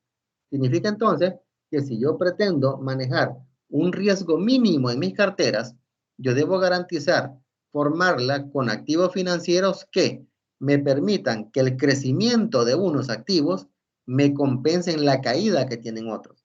Y eso hace un efecto neutro, donde el riesgo asumido total es mucho menor que si solo voy midiendo el riesgo de cada uno de los activos. O sea, esto es más fácil de identificar cuando estamos utilizando ya lo que es la medición de la desviación estándar, ¿verdad? A nivel estadístico, donde podemos ver que mientras más alta la variabilidad de unas variables, podemos identificar qué tanto afectan a otras, ya sea hacia arriba o hacia abajo. Pero bueno, solamente lo mencionas así, perdón, para que se tenga un panorama general de qué nos referimos con esto. Correlación, es decir, que están vinculadas unas con otras, ¿verdad? La relación entre riesgo y rendimiento es positiva. Lo que hemos dicho, ¿verdad? Si aumenta el riesgo, por fuerza me debe aumentar el rendimiento. Para toda decisión financiera, conviene tener presente la conducta histórica de los activos, lo que hemos mencionado. Siempre es bueno tener antecedentes históricos de los comportamientos de los activos, 5 años hacia atrás mínimo, para que en base a ello podamos crear tendencias y así poder hacer proyecciones a través de cualquier método estadístico que se tenga, ¿verdad? Mínimos cuadrados, medias móviles, suavización exponencial, etcétera. Cualquiera de ellos es útil dependiendo del comportamiento de las variables, ¿sí? Entonces, cuando se logra tener ese elemento de que toda relación de riesgo y rendimiento siempre de esa forma, es decir, siempre que aumenta el riesgo, siempre debe aumentar el rendimiento, es necesario que una vez se revise la conducta histórica, ¿verdad?, de un activo en particular, se pueda en ese sentido tener el insumo para predecir el rendimiento esperado. Y lo que hemos dicho, que con la tecnología se vuelve factible y casi inmediato ese afán. Excel como tal, ¿verdad? Como el muy programa de Office como tal, es una poderosa herramienta para poder hacer este tipo de mediciones. Ya si quiere hacerla de una manera más elaborada, un poco más compleja, ya puede recurrir usted a Crystal Ball, al SPSS, etcétera, ¿verdad? Cualquier otro método estadístico. Luego también se proponen los siguientes pasos para desarrollar la técnica de análisis de escenario financiero en función de riesgo y rendimiento. Es decir, ya está como un tipo checklist que recomiendan para efectos de que tengamos los insumos correctos para poder hacer un análisis de escenarios. Primero, proponer una serie de realidades posibles. El autor en este caso propone 3. Ya eso queda a criterio del analista. Pueden ser 3, 5, 10, las que usted quiera. Porque la ventaja, ¿cuál es? Por ejemplo, les comparto mi experiencia. Cuando se hace un análisis de escenarios en Excel, la parte difícil, entre comillas, es crear la plantilla, ¿verdad? Es crear la plantilla original bajo la cual usted estipula todas las variables, todos los supuestos y empieza a rellenar la información financiera estadística que necesita. Una vez usted tiene eso, usted tiene la libertad de crear tantas copias que usted necesite y solo ir modificando cierto elemento o cierta variable o cierto supuesto. Y un cambio que usted haga ya le genera un escenario diferente, así de simple. Entonces, como les digo, teóricamente hablando recomiendan 3, pero pueden ser tantos como usted estime pertinente. 2, determinar una probabilidad de que suceda cada una de las posibles realidades, teniendo presente las variables econométricas del entorno. Volvemos al apartado que mencionaba, que para poder hacer un verdadero análisis de escenarios, tenemos que tener ciertas connotaciones y conocimientos básicos de estadística y econometría, por la que podamos tener una adecuada preparación de escenarios. Pero, como les digo, en este caso, pues, es la sugerencia, ¿verdad?, que da el autor. Y cada escenario debe estar asociado a una probabilidad, es decir, una posibilidad de ocurrencia, y sobre esa base hacer su proyección. Tercero, especificar el rendimiento que cada activo pudiera producir en cada uno de los escenarios, observando el crecimiento de la economía, del sector, etapa de ciclo de la vida del producto o servicio, entre otros. Volvemos en este caso a la importancia de conocer los agregados macroeconómicos. Están fuera de las puertas de la empresa en la cual trabajamos, pero que están dentro del territorio geográfico en el que estamos operando. Entonces, eso es lo que, como les mencionaba, ese es como el desafío al que se enfrenta un analista a la hora de plantear verdaderos análisis de escenarios, ¿verdad? Entonces, con eso, ¿qué logramos? Que el rendimiento esperado de todos estos escenarios es el promedio ponderado multiplicado por las probabilidades de que sucedan las posibles realidades de estos rendimientos. Es decir, si un escenario yo tengo una probabilidad de ocurrencia de 0.20 y el rendimiento esperado es de 1000, entonces el rendimiento ponderado sería la probabilidad por el rendimiento. 0.20 por 1000. El rendimiento sería 200. Si tengo 5 escenarios, haría lo mismo por cada uno de ellos, ¿verdad? Si tengo 3, haría lo mismo por cada uno de ellos. Y ese resultado global es el rendimiento ponderado total que yo esperaría como empresa, ¿verdad? Más o menos así los planteo para que se hagan una idea de en qué consiste el apartado de lo que es los promedios ponderados. Entonces, ¿cómo ven los inversionistas el riesgo y el rendimiento? Es decir, lo que es lo relativo al pensamiento de la gente que vive de inversiones, ¿verdad? O sea, personas que han tenido una vida de estar involucrados en este ámbito. Bueno, ante un nivel de riesgo, La alternativa preferida es la que tiene el rendimiento esperado mayor. Y también, ante un nivel de rendimiento, la alternativa preferida es la que tiene un nivel de riesgo menor. Es decir, si usted no tiene más elementos que definir riesgo y rendimiento, usted lo que tiene que hacer es, primero, ante cierto nivel de riesgo, la alternativa que es preferible es la que da mayor rentabilidad. Así de sencillo. Segundo, si usted tiene solamente claro el nivel de rendimiento, pero no tiene claro los niveles de riesgo, escoja aquella que tenga el menor nivel de riesgo. Así de simple, ¿verdad? Cualquiera podría decir que algo hasta que se podría considerar ya dado, pero vieran que es bastante difícil encontrar esa sapiencia, esa forma de pensar ya bajo entornos de incertidumbre y presión a la hora de tomar decisiones, ¿verdad? Es complicado, pero con el tiempo, la experiencia y el conocimiento se va logrando, ¿verdad? Que hasta incluso de forma automática, pues se tomen las mejores decisiones en términos de aquellas inversiones que acarrean mayor rendimiento y menor riesgo. Cuando se tiene la posibilidad de comparar tres opciones de inversión, diferenciando niveles de riesgo y rendimiento, podemos plantear, por ejemplo, tres casos de inversiones, A, B y C. Se podría decir que el rendimiento A está por arriba de B y que casi coincide con C en riesgo. A coincide con B y es menor que C. Ante este panorama, la opción que conviene es A, ya que es la que tiene mejor combinación de riesgo-rendimiento en comparación con B y C. Para entender más claro lo que aquí estipulan estos autores, se presenta este gráfico y que pueden ver ustedes. Aquí tenemos en el eje de las abscisas los niveles de riesgo, en el eje de las ordenadas el rendimiento. Y tenemos tres inversiones, A, B y C. ¿Qué podemos ver? La inversión A tiene más rendimiento que B, aunque tiene el mismo nivel de riesgo, porque el valor de riesgo está aquí. Es el mismo para las dos. ¿La diferencia cuál es? Que el rendimiento de A es mucho más alto que el de B. Es lo que estaba diciéndose en el primer párrafo. En el segundo, la inversión A tiene el mismo rendimiento que la inversión C, porque está al mismo nivel, si se pueden verificar. Pero la característica es que el riesgo de la inversión C es más alto, porque este valor está más lejos del origen. El valor de A está por aquí. El valor de C está por acá. Entonces, este tramo entre este punto y este otro significa más riesgo, aunque el rendimiento sea el mismo. Entonces, comparando rendimientos y riesgos de estas tres opciones, la más conveniente es A. En ambas, en las tres, perdón, existe riesgo y rendimiento, pero la mejor combinación, y recalco, mejor entre comillas, ¿verdad? Combinación es la que presenta la inversión A, en términos del elevado rendimiento y el bajo riesgo. Aquí tenemos la referencia bibliográfica, ¿verdad? Para que las puedan verificar. Igual, tómense su tiempo para poderlas revisar. Y de esta forma estaríamos cerrando lo que son los temas de la semana 1 de la unidad 4. Entonces ahora, ya no finalizando la semana 1, vamos a lo que es la semana 2 y después explicamos lo que es la actividad que se va a realizar.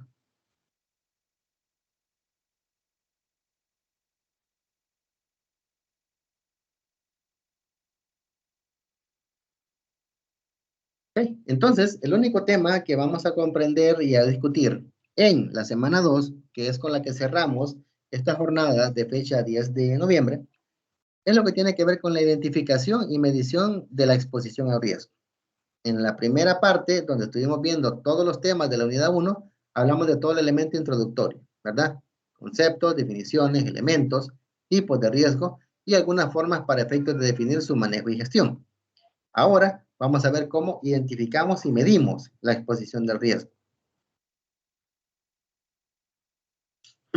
Habíamos mencionado que los elementos que distinguen todo activo financiero son liquidez, riesgo y rendimiento. Las tres pueden darse en grados diversos y son dichos grados los que se deben utilizar como referencia para que los inversores configuren una oportuna cartera de riesgo, cartera de inversiones en términos de portafolio. Es decir, tomemos en cuenta el grafiquito que vimos en la última parte de la clase de la semana 1 y eso nos permitió ver de qué manera podemos graficar y comparar niveles de riesgo y rendimiento y escoger las mejores inversiones sobre esa base. Entonces, las empresas pueden necesitar liquidez de cara a adquirir determinados momentos maquinaria para un proceso productivo, y para ello pueden acudir a fuentes de financiación externa, por ejemplo, emitiendo obligaciones. La mayoría de autores norteamericanos de finanzas, James Block, Lawrence Gitman, James Van Horn, etcétera, todos tienen como un acuerdo, entre comillas, de definir que a la hora de hablar técnica y teóricamente de la obtención de financiamiento por obligaciones, lo hacen a través de la figura de bonos, ¿verdad? Ellos no manejan la figura de préstamos como tal, sino que ellos lo hacen a través de emisión de deuda, ¿verdad? A largo plazo, de bonos. Por lo tanto, el sentir, ¿verdad? La tónica de la teoría que estamos presentando va en esa misma vía, ¿verdad? Cuando nos referimos a emitir obligaciones, nos referimos a la emisión de bonos, ¿verdad? Deuda a largo plazo. Las personas, cuando sus gastos superan los ingresos, se presenta la necesidad de acudir a una entidad financiera para pedir un préstamo, que será un activo para el prestamista, ¿verdad? Es decir, para aquel que está entregando el dinero, porque el que recibe dinero es el prestatario, ¿verdad? Prestamista es el que entrega, prestatario es el que recibe. Entonces, para el prestamista, que en este caso es el banco, ese préstamo se vuelve un activo, porque sobre ese dinero el banco va a recibir intereses. En el caso del sector público o gobierno, también pueden verse obligados a emitir activos financieros, bonos, letras del tesoro, acciones, etcétera, necesarios para financiar el déficit, que es, por ejemplo, en el gobierno, producto de los altos niveles de endeudamiento al que ha tenido que recurrir para poder cubrir los efectos de lo que ha sido la pandemia, ¿verdad? Acá en El Salvador. Entonces, la emisión de bonos o la recompra de deuda han sido aquellos medios a través del cual el gobierno ha obtenido cierto nivel de liquidez para paliar algunos problemas de caja del gobierno. Entonces, en base a eso, tenemos que identificar nuestro perfil como analista financiero, como futuro gestor de finanzas empresariales, y tenemos que saber qué tanto nivel de riesgo sabemos tolerar, qué tan capaces somos de tolerar riesgo. Entonces, hay una aplicación de una página que se llama Question Pro que relaciona la tolerancia al riesgo con la cantidad del riesgo de mercado, como la volatilidad o los altibajos de un inversionista puede tolerar. Generalmente esta se mide con una calculadora o con la ayuda de un cuestionario. Es decir, es como una especie de prueba psicológica, ¿verdad? Que le define a usted un perfil. Los planificadores financieros suelen utilizar la tolerancia al riesgo para clasificar los inversores y los estilos de inversión como agresivos, moderados o conservadores. De hecho, Gitman considera mucho el uso de esos términos para efectos de ver de qué manera la exposición a elevados niveles de riesgo o bajos niveles de riesgo permiten que una persona tome tal o cual decisión, ¿verdad? Hay un tema bien puntual que Gitman trata en su libro de finanzas, que es un bestseller pues a nivel mundial, de principios de finanzas, de administración financiera, perdón, que trata sobre ese apartado. Igual, Besley hace una reflexión muy buena de evidencia de investigación de ese tipo. Sería bueno que si tienen el espacio, pues lo puedan revisar, ¿verdad? Para ver cómo a nivel de los grandes pensadores de finanzas en Estados Unidos y el mundo, se vislumbran esos tres perfiles, de agresivos, moderados y conservadores. Antes de invertir, es importante conocer cuántos riesgos se puede tolerar al hacer una inversión. Para ello se requiere tener presente la siguiente interrogante. ¿Eres propenso o adverso al riesgo, a la pérdida de ganancias? Es decir, ¿usted es capaz de tolerar una pérdida? ¿O usted es capaz de aceptar un riesgo más alto por la expectativa de una ganancia mayor? Ese tipo de preguntas son las que dan la pauta para definir un perfil de inversionista según el riesgo. Siempre se ha dicho que previo a cualquier proyecto o decisión estratégica es importante el autoconocimiento, es decir, usted debe saber cómo es, usted debe conocerse a sí mismo, que filosóficamente hablando es una de las dificultades más grandes del ser humano, conocerse a sí mismo, ¿verdad? Entonces, eso, aplicándolo al ámbito financiero, es más relevante todavía, ¿verdad? Porque representa el 50% en el control del impacto de los riesgos y conlleva a manejar con éxito la cartera de inversiones. Lo que hemos dicho desde el principio, las empresas son el resultado de tomas de decisiones. Y si la decisión que usted toma es correcta, se va a reflejar en los libros de la empresa, ¿verdad? En sus informes financieros. Si la decisión que usted toma es incorrecta, ahí se va a reflejar también, ¿verdad? Entonces, por eso recalcamos eso. Por lo tanto, Si hay interés en ejercer el rol de un inversionista, hay que determinar inicialmente las necesidades y objetivos financieros específicos. Así también, las expectativas razonables de rendimiento y, por supuesto, definir con claridad el nivel de tolerancia al riesgo. Uno de muchos criterios claves que influyen directamente en la tolerancia se describen enseguida. Aquí podemos ver. Aquí estamos haciendo como una especie de radiografía, ¿verdad? De todos aquellos elementos que están presentes en la aceptación o tolerancia de ciertos niveles de riesgo. ¿Cómo lo vemos? Primero con la personalidad del inversor. Algunas personas se sienten más cómodas que otras al asumir riesgos. Hay personas que dicen, en mi empresa no se va a invertir un centavo que sea de préstamo. Todo lo vamos a manejar estrictamente con fondos propios. ¿Existe ese tipo de inversionista? Sí. ¿Son inversionistas exitosos? Sí. Todo depende de qué tan eficientemente gestionen sus recursos. Pero son personas que no toleran bajo ninguna circunstancia el uso de deuda para financiarse. O sea, no asumen riesgo de endeudamiento. Hay otros que dicen lo contrario. Vamos a invertir en nuestra empresa, se ocupa X cantidad de plata, vamos a pedirla prestada, porque voy a poner en riesgo mejor dinero de terceros y no el mío. Esa persona es totalmente opuesta a la primera, porque está completamente favorable para él el uso de deuda para financiar sus operaciones con el elevadísimo nivel de riesgo que eso conlleva, pero se siente cómodo haciéndolo. Entonces, eso es lo que hay que tener presente. Personalidad. Segundo, objetivos de la inversión. Se aplican estrategias diferentes según las aspiraciones de liquidez y la administración efectiva del pasivo. No es lo mismo invertirse para levantar un edificio que va a servir como oficina que adquirir un préstamo para comprar maquinaria para producir nuevos productos, ¿verdad? Las inversiones pueden parecer similares, en este caso infraestructura, ¿verdad? Activo fijo, pero el destino de las mismas es diferente. No es lo mismo invertir en remodelar un edificio, que es propiedad de la empresa, que invertir en comprar otro, ¿verdad? En ambos casos podría ser para que ese se utilice como una sala de ventas, por ejemplo, pero no es lo mismo utilizar un local disponible y recondicionarlo que comprar uno nuevo. ¿Me explico? Entonces, el objetivo de la inversión tiene mucho que ver también con qué tanto riesgo vamos a asumir. Tercero, plazo. Si hay necesidad de liquidez en el corto plazo, un plan conservador puede ser ideal.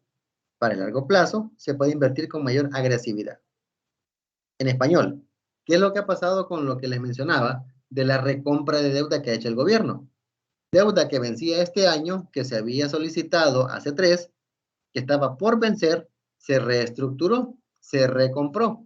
Los bonos que había emitido el gobierno fueron recomprados y se utilizaron para que estos pudieran tener dinero para emitir nuevos bonos a 10 años plazo. Es decir, una deuda que era relativamente de corto plazo se trasladó a largo plazo como una forma de obtener financiamiento para paliar los problemas de caja y trasladar en el tiempo el riesgo asociado a la misma. Entonces, ese es un ejemplo típico de lo que me refiero. La necesidad de liquidez que comprende el horizonte de la inversión en la que usted se va a meter, corto o largo plazo. Edad. Este es un elemento muy puntual y bien específico, y eso es bueno compartirlo porque la media de la edad de los que estamos en este momento, ustedes, ¿verdad? Como estudiantes en formación, andan entre los 20, entre los 19 y 23 años. Por ahí anda más o menos la media de edades. ¿Por qué recalco esto? Porque inversionistas jóvenes aceptan con frecuencia más riesgo. Tienen a su favor fuerza de trabajo que se puede proyectar a largo plazo. Es decir, si tuviéramos un escenario donde tenemos una inversión puntual, sin mayores especificaciones, ¿qué es una inversión? Y tenemos dos personas, un profesional de 20 a 25 años recién graduado con cierta experiencia y una persona de 45 años de edad con 10 o 15 años de experiencia en inversiones. Yo le garantizo que no sería el mismo nivel de riesgo que van a asumir, porque el bagaje y experiencia de la persona de mayor edad le ha dado más perspectiva, más experiencia de cómo puede comportarse una inversión en particular, mientras que la persona joven solo lleva su preparación y en alguna medida cierta experiencia que tenga. Pero siempre hay ese elemento, la connotación de la edad, casi siempre, estadísticamente hablando, favorece la aceptación de niveles más elevados de riesgo que las personas de mayor edad. Y por último, la renta y activos. Los inversores que disponen de más y mejores recursos financieros pueden estar dispuestos a aceptar más riesgos. Lógico, una persona podría estar dispuesta a asumir una inversión que podría acarrearle incluso pérdida total de la misma si tiene 20 inversiones del mismo tipo generándole ingresos, pues. Si sus flujos de caja no se ven afectados por ese proyecto, perfectamente puede invertir en él a pesar de que vaya riesgo para poder de pérdida, pues total. Distinto a aquel que tiene una inversión que le genera flujos de caja para operar y destina fondos a otra inversión similar. Esa persona estaría asumiendo un nivel de riesgo tan alto que podría incluso poner en juego la existencia de su empresa, porque estaría comprometiendo recursos en una inversión que no sabe si le va a permitir generar flujos de efectivo que van a venir a reforzar los que ya tiene, o los que tiene le van a tener que servir para pagar las deudas de la inversión que está haciendo. ¿Me explico? Porque solo tiene una fuente de ingreso adicional, distinto a lo que les mencioné primero, que tiene 10. Entonces, esa es la diferencia, pues, ¿qué tanta cobertura tengo yo a nivel de activos y de inversiones? Entonces, en correspondencia al punto de partida del análisis de riesgo, que es el perfil del inversionista, es necesario hacer un test, de tolerancia al riesgo para descubrir el nivel de tolerancia o aversión al mismo. Viene a reconocer el enorme aporte de la tecnología en materia de evaluación de riesgo y rendimiento. Para ello se comparten algunas apps que pueden ser de gran utilidad a la hora de comparar y seleccionar oportunidades de inversión, junto a la opción de prever riesgos y tomar decisiones para controlarlos, asegurando el nivel de rendimiento esperado. En el caso del elemento que nos compete como inversionistas, es esta aplicación. Ya la voy a desplegar para que ustedes vean cómo es la dinámica aquí. Y es un test que sirve para descubrir el perfil de inversionista. Antes de decidir en qué invertir, es muy importante que determines cuál es tu perfil de inversionista, ya que tu elección debe estar acorde a tu personalidad y a tu tolerancia para asumir riesgos financieros. Entonces, aquí vemos en la aplicación, ¿verdad? La pestaña siguiente, y aquí empiezan las preguntas. Son 11 preguntas las que deben completar, y al final les va a dar una respuesta en base a ciertos elementos por ahí asociados a los resultados. Iniciamos con la edad, ¿verdad? Que la deben seleccionar, y poco a poco darle seguimiento a los demás elementos. No lo voy a desarrollar porque lo ideal es que ustedes descubran, ¿verdad? La bondad del uso de esta herramienta, pero para que vean que es una interfaz bien sencilla, bien amena, bien fácil, para que la puedan ustedes desarrollar y en base al resultado saber qué perfil de inversionista tienen ustedes en cuanto a tolerancia o aversión al riesgo. Y después tenemos el apartado de las aplicaciones, ¿verdad? Ciertas apps que están por ahí que ayudan a mejorar el análisis de gestión de riesgo. Por ejemplo, calculadora de rendimientos. Pueden ver ustedes acá. 4 pasos sencillitos. Monto a invertir, periodo de inversión, años de la inversión, tasa anual de rendimiento. Por ejemplo, alguien quiere invertir $10,000 y lo quiere hacer en términos de lo que es aportaciones mensuales y quiere que esta inversión tenga una duración de 10 años a una tasa de rendimiento, pongamos el promedio de lo que tienen los depósitos a plazo fijo en el sistema financiero actualmente en el país, 7.5, generaría entonces que se esperaría que estos $10,000, considerándolos a nivel de periodo de aplicación mensual durante 10 años, se me convierten en 21.120.65. Sencillo, fácil y rápido. Y así pueden tener ustedes esta herramienta para futuras consultas de inversiones en términos de estos apartados. Está en la meta de inversiones, que es una calculadora que tiene el mismo principio de la anterior, pero esta es un poco más compleja porque pueden ver ustedes la meta de inversión, sus objetivos, con los distintos elementos que comprende, inflación e impuestos, etc. Aquí ¿qué es la ventaja? ¿Qué es la ventaja? Les genera a ustedes un gráfico de crecimiento de los rendimientos que esperarían con la inversión que ustedes están planteando. Estaríamos hablando de una inversión que es para un horizonte de 5 años, pero ustedes pueden poner el que necesiten. Y aquí está el detalle de más o menos la explicación que les estaría dando, ¿verdad? Monto de años, meta de conversión, rendimiento, etc. ¿Y qué otros elementos que pueden revisar? Muy sencilla, muy fácil de utilizar y sumamente útil, ¿verdad? Muy útil para utilizar. Y tenemos ciertas plantillas para efectos de medición de riesgo y retorno en Excel, que son las que les digo que vienen por defecto en Office. Y aquí vienen, ¿verdad? Porque son bonos, rendimiento de bonos de cupón fijo, periodo de repago, simulador de crédito, etc. Aquí tienen todas estas herramientas ustedes para que las puedan verificar, ¿verdad? Y aquí tenemos dos pestañas, y tienen otras, ¿verdad? Que pueden revisar. De hecho, en lo particular, les comparto mi experiencia en el sentido de que, por ejemplo, este tipo de herramientas donde podemos ver datos financieros y datos estadísticos a la par es sumamente útil. Poderosa herramienta de análisis donde aquí podemos ver, por ejemplo, el cálculo de medias móviles. Es una forma de hacer proyecciones en base a comportamientos históricos de los datos. Y así sucesivamente, ¿verdad? Pueden revisar ustedes con más tiempo, con más detalle, cuál de las herramientas les puede ser útil según el contexto en el que quieran trabajar. Es de admirar la gestión que realizan las calificadoras de riesgo. Son aquellas empresas que son acreditadas para medir el nivel de riesgo asociado a una inversión en particular. Su consideración es estratégica para la toma de decisiones de inversión. Máxime el esplendor de la economía globalizada, puesto que realizan un profundo análisis de riesgo económico y financiero, emitiendo su opinión sobre la calidad crediticia de una emisión de valores o de una empresa emisora.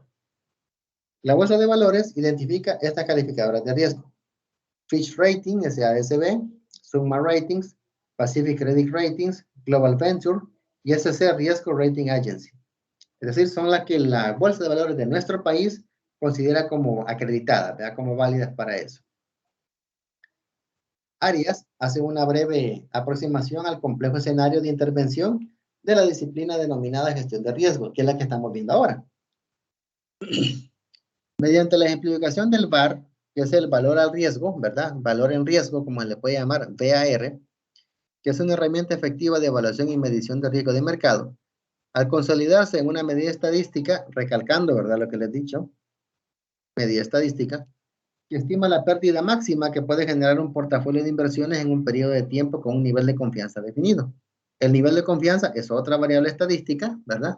Denotada por el error estándar, que es el que implica que tanto puede estar acertado o no el resultado que estamos buscando. Por ejemplo, se tiene como parámetros para una cartera de inversión: tiempo de operación 1 día y nivel de confianza 95%. Si el valor al riesgo es de 100,000, indica que con esta cartera no se perderá más de 100,000 en un día, con una seguridad del 95%. Gráficamente se aprecia mejor. Aquí podemos tener nuestra gran amiga, ¿verdad? La distribución normal, donde podemos ver el apartado de que aquí tenemos la media, ¿verdad? Que es lo que se esperaría manejar como punto central, el detalle del valor que estamos manejando como variable, y aquí tenemos las distintas distribuciones de probabilidad en esta gráfica de campana. Existe 95% de la probabilidad de ganancias o pérdidas inferiores al valor al riesgo, que es todo este sector, desde este punto hasta acá, 95%. Y existe solo 5% de probabilidad de pérdidas superiores al valor al riesgo, es decir, solo esta colita que está aquí. ¿Esto qué nos indica? Que estadísticamente hablando, es bastante seguro de que las pérdidas sean iguales o inferiores al valor que tenemos de referencia, ¿verdad? Y que es bastante difícil que puedan darse. Ahora, ¿probabilidad de que ocurran existe? Claro que sí, pero es bastante baja. Y como recordemos que en estadística, el porcentaje de probabilidad es lo que define la certeza o no de ocurrencia del evento. Entonces, se esperaría que sea más seguro que la ganancia o pérdida sea inferior al valor que estamos hablando. Para el ejemplo, estábamos hablando de $100,000. Claro, para esto hay un proceso, ¿verdad? Hay que seguir un proceso de vaciado de datos, correr ciertas aplicaciones por ahí, ya sea en Excel o a través de algún programa estadístico, y sobre ese resultado, pues ver este gráfico, ¿verdad? Para tener una idea de cómo sería eso. Tenemos acá las referencias bibliográficas con las que estaríamos cerrando la presentación, ¿verdad? De esto. Y los recursos complementarios que van a apoyarles en el desarrollo de las actividades de esta unidad. Hay 2 videos, uno cómo medir el riesgo de una inversión y 7 consejos para reducir el riesgo al invertir. Y hay un documento en PDF que habla de la importancia de la diversificación del riesgo, que es de la bolsa de valores. Así, damas y caballeros, se ha llegado al final de lo que es la jornada de discusión de los temas de semana 1 y 2, y vamos a ver brevemente lo que es la actividad que tienen que realizar. La actividad consiste en el desarrollo de un portafolio académico digital. Es un tipo de tarea de carácter individual y las instrucciones son que después de haber leído detenidamente el contenido de la sesión 1 y 2, descarga el documento Portafolio Académico Digital y desarrolla la actividad según se le pide. Finalizar el portafolio, guárdela en dominio público y comparta su enlace en el espacio de tarea. Unidad 4, actividad 1, Portafolio Académico Digital. Fecha límite de participación, domingo, final de la semana 2, sesión 2, a la medianoche. Y aquí están los distintos elementos. Y aquí aparecen los momentos desde disponible hasta el momento en el que puede estar. Pueden ver que hasta el domingo 21 de noviembre, ¿verdad? Va desde este lunes, que quedó habilitado, hasta el domingo 21, la semana 2. Y aquí está la rúbrica de evaluación. Brevemente, el documento del portafolio académico digital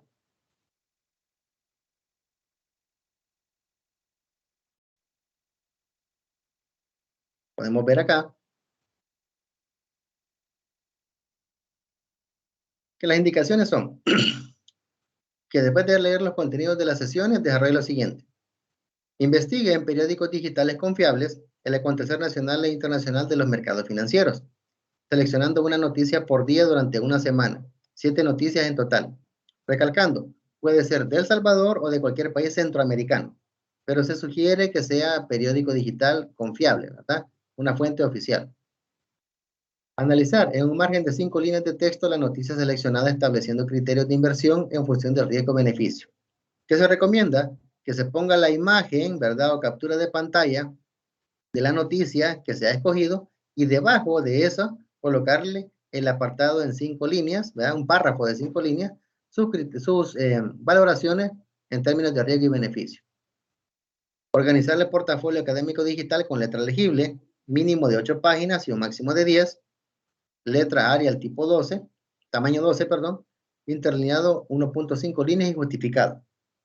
La estructura del portafolio va a ser portada, que ya saben ustedes qué es lo que lleva, tabla de contenidos o índice, carta de presentación, a manera de introducción, áreas de interés, competencia de la unidad, autorretrato, es una autopresentación de ustedes como estudiante, ¿verdad? Nombre, estudio en curso, cualidades y metas.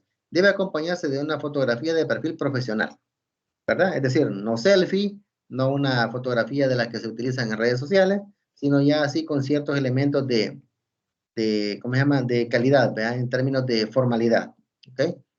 El diario metacognitivo, donde van todas las noticias, ¿verdad? Ordenadas cronológicamente, considerando fecha, título, desarrollo y fuente. Lo que les decía, ¿verdad? La fecha, el título, la imagen, la opinión de ustedes y, y abajo la fuente, ¿de dónde salió? Acompañada del análisis. Sección abierta. Evento importante de felicidad o gran significado personal o familiar que haya acontecido durante el desarrollo del portafolio. Y esta es una cuestión muy propia de ustedes, ¿verdad?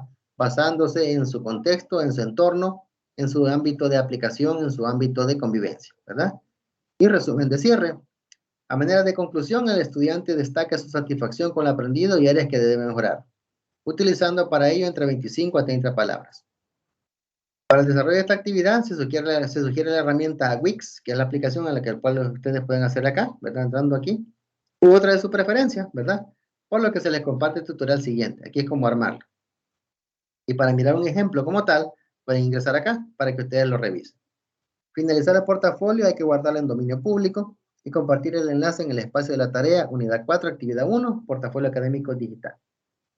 Si se percatan, por eso se da el plazo desde el lunes 8 hasta el domingo 21, para que ustedes hagan la selección de 5 noticias diarias, ¿verdad?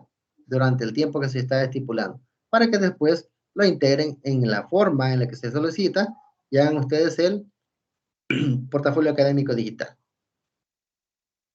Esa sería la actividad que está programada para la semana 2, ¿verdad?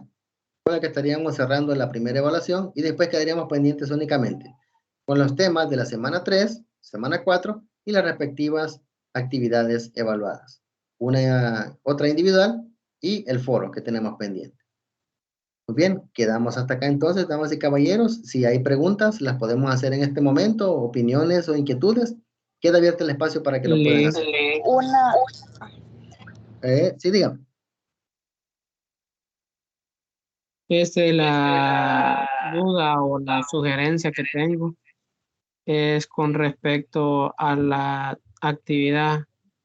Yo considero, ¿verdad?, que para una actividad de tal magnitud, por lo menos tendría que considerarse a dejar en grupos de 3, ya que está hablando de noticias, de que hay que investigar, o sea, y seleccionar. Entonces, por lo menos esas actividades así, bueno, yo las siento como que para que una persona, uno por cada que somos cuántos, 30, no sé, es demasiado, debería de ser actividades más como de equipos de 3, pues ya actividades así como el storyboard o otras actividades que sí se pueda realizar de una persona individual, creo que estaría bien, pero esta considero que sería mejor manejarla con colaborativa de 3 personas, en mi opinión. Va.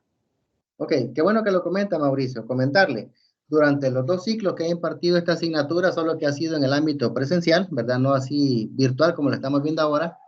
La instrucción que se da es que sea de forma individual y para todas se ha dado únicamente una semana.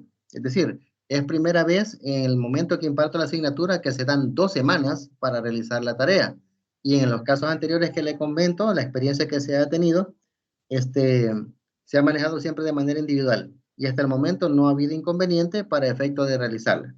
Sin embargo, yo retomo lo que usted menciona, ¿verdad? Porque es mi deber como tutor de la asignatura, no como creador de contenido, para plantearles la inquietud a las personas de supervisión, ¿verdad? De las actividades tutoriales, para ver si me permiten manejar alguna modificación o podemos manejar el detalle de hacerlo de esa manera como usted sugiere. Yo me llevo el compromiso de plantearlo, ¿verdad? Y en función de lo que me digan, yo les comparto mediante un anuncio o a través de mensajería el apartado del detalle de cómo podemos hacer la actividad. Si se mantiene individual o se podría hacer en grupos.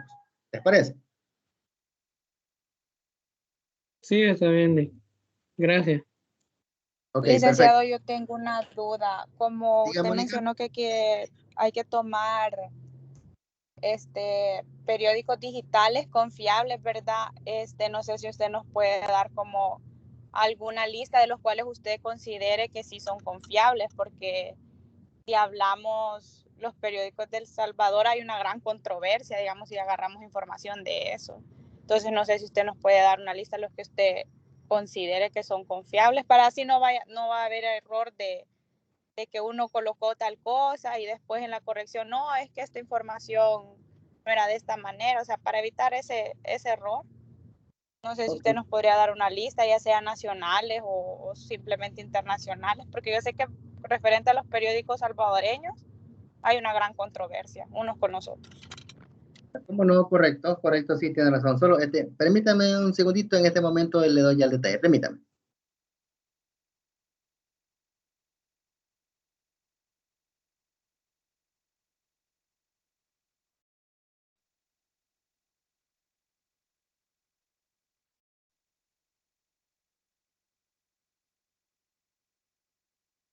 Ok, disculpe, Mónica, muy bien. Comentarles, en ese aspecto sí, con gusto, no hay ningún problema. Sin embargo, por ejemplo, yo en lo particular, cuando este tipo de actividades se han realizado, yo en lo particular lo que he hecho es recomendar, por ejemplo, que se utilicen publicaciones del Economista, ¿verdad? No en sí un periódico como tal, ¿verdad? Sino que es una como revista especializada sobre el tema que habla mucho del ámbito económico, ¿verdad? Otro podría ser la revista Economía y Negocios, ¿verdad? Que podría ser también muy útil para poder ser utilizada como referencia para lo que se está solicitando. Y también hay publicaciones del Instituto de Estudios Fiscales de Centroamérica, el ICEFI. Ese es otro que también hace muy buenas publicaciones de índole oficial a nivel centroamericano, ¿verdad? Entonces, como le repito, podría ser eso, el Economista, Economía y Negocios, o bien las publicaciones del ICEFI. Hay otras, por ejemplo, como las noticias que podrían tener los editoriales de la UCA, ¿verdad? Que en el sitio web de la misma pueden haber algunos análisis de coyuntura por ahí, que también pueden ser muy útiles, no hay ningún problema en utilizarlo. Y sí, lo que usted menciona, ¿verdad? Hay una gran controversia en términos de la utilización de los medios de comunicación y su veracidad, ¿verdad? Eso es cierto. Entonces, de modo, vamos a tener que hacer uso de aquellos que sí realmente están sustentados en evidencia, ¿verdad? Que realmente dan la pauta de que son elementos de noticia confiables, ¿verdad? Y validados, ¿verdad? Por la realidad. No sé si con esto satisfago la inquietud, Mónica. Sí, Lick, muchísimas gracias, ya los anoté. Ok, perfecto, para servirle. Por acá veo una interacción en el chat. ¿Cuántas noticias máximo? Deben ser 5, ¿verdad? Una noticia por día. Puede ser, por ejemplo, el seguimiento de una noticia durante 5 días o 5 noticias diferentes, ahí como ustedes estimen pertinente, ¿ya? Lo importante es de que se vea el ámbito cronológico. Por ejemplo, estamos ahora a miércoles. Suponiendo que ya tengamos las condiciones, ubiquemos una fuente y empecemos a hacer la investigación. Podemos hacer un seguimiento de una noticia en particular del día jueves, viernes, sábado, domingo, lunes, punto. Ahí terminamos. 5 noticias. ¿Ya? Pueden ser, como les repito, 5 publicaciones de la misma noticia en términos de su comportamiento o 5 publicaciones diferentes, no hay problema. Una puede ser los precios del petróleo, otra puede ser la canasta básica, otra puede ser la inflación, etcétera, ¿verdad? Ahí puede ser según lo que ustedes tengan, a lo que tengan acceso. Y en función de eso hacer su análisis, ¿no? En términos de lo que es ¿cómo se llama? El comportamiento de las variables que estamos hablando en términos de riesgo y rendimiento. Ok, pregunta Jocelyn. ¿Del año pasado se puede? No. La exigencia es, Jocelyn, según me han dicho los compañeros de e-learning, de que tiene que ser un ámbito cronológico actual. Es decir, las noticias que se espera ver en el portafolio deben ser del 11 de noviembre en adelante. No pueden ser del año pasado. Incluso no pueden ser de este mismo mes en fechas anteriores. Tienen que ser del 11 en adelante. ¿No sé si queda clara la inquietud, Jocelyn?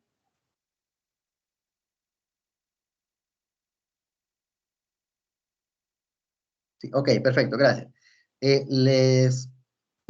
Como un elemento adicional a la respuesta que le di a Jocelyn, hay una razón por la cual se detalla de que no se pueden utilizar noticias de corte antiguo, es decir, de corte histórico. ¿Por qué? Porque en el ámbito de finanzas, un inversionista, si bien es cierto, tiene acceso a información histórica, pero hay que empezar a generar en el futuro inversionista, en el futuro profesional de finanzas, ese hábito de lectura y seguimiento. Es decir, usted tiene que saber ir a dónde buscar información y darle el seguimiento respectivo para que usted comprenda el comportamiento de tal o cual variable. Entonces, la única forma de hacerlo es darle seguimiento a noticias que van desde el ámbito del que se ve el contenido en adelante. Por eso recalco, no puede ser de índole histórica. Muy buena su pregunta, Jocelyn. Perfecto. ¿Alguna otra inquietud o duda?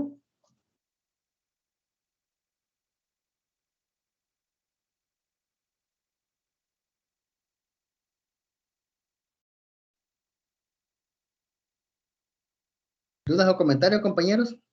O si todo está claro, por favor me lo hacen saber para que ya vayamos dando por cerrada la actividad.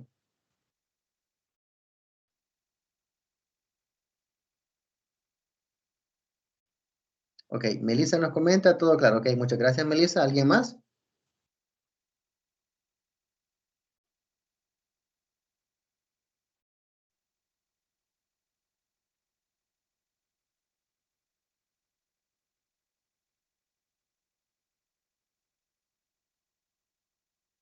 Ok, perfecto. Bueno, entonces creería yo que por el momento, muy bien, Daniela nos comenta, todo bien, y gracias, muy bien, gracias a usted, Daniela, muy amable. Excelente, jóvenes, entonces vamos a quedarnos hasta acá. Ha sido un verdadero gusto retomar estas actividades con ustedes, porque estas sesiones realmente ya hacían falta, ¿verdad? Después del tiempo que hemos estado así un poco en stand-by. Y recordarles, ¿verdad? Que tienen 2 semanas para realizar la actividad que se les ha dejado. Yo me comprometo a más tardar hoy por la noche o mañana, darle respuesta sobre la inquietud de Mauricio, si se puede manejar eh, individual o grupal, ¿verdad? El desarrollo del portafolio y les estaría dando respuesta al respecto. Recordarles que la próxima actividad que tenemos, la próxima reunión es el miércoles 24, ¿verdad? Con la que cerramos la asignatura y estaríamos ya preparándonos para el desarrollo del examen parcial. En el ámbito de lo que son las notas del cómputo 2, como les digo, espero a más tardar tenerlas listas ya la otra semana y notificarles mediante la mensajería o por anuncio de que ya están para que las puedan revisar. Muy bien, en este momento voy dando por cerrada la grabación.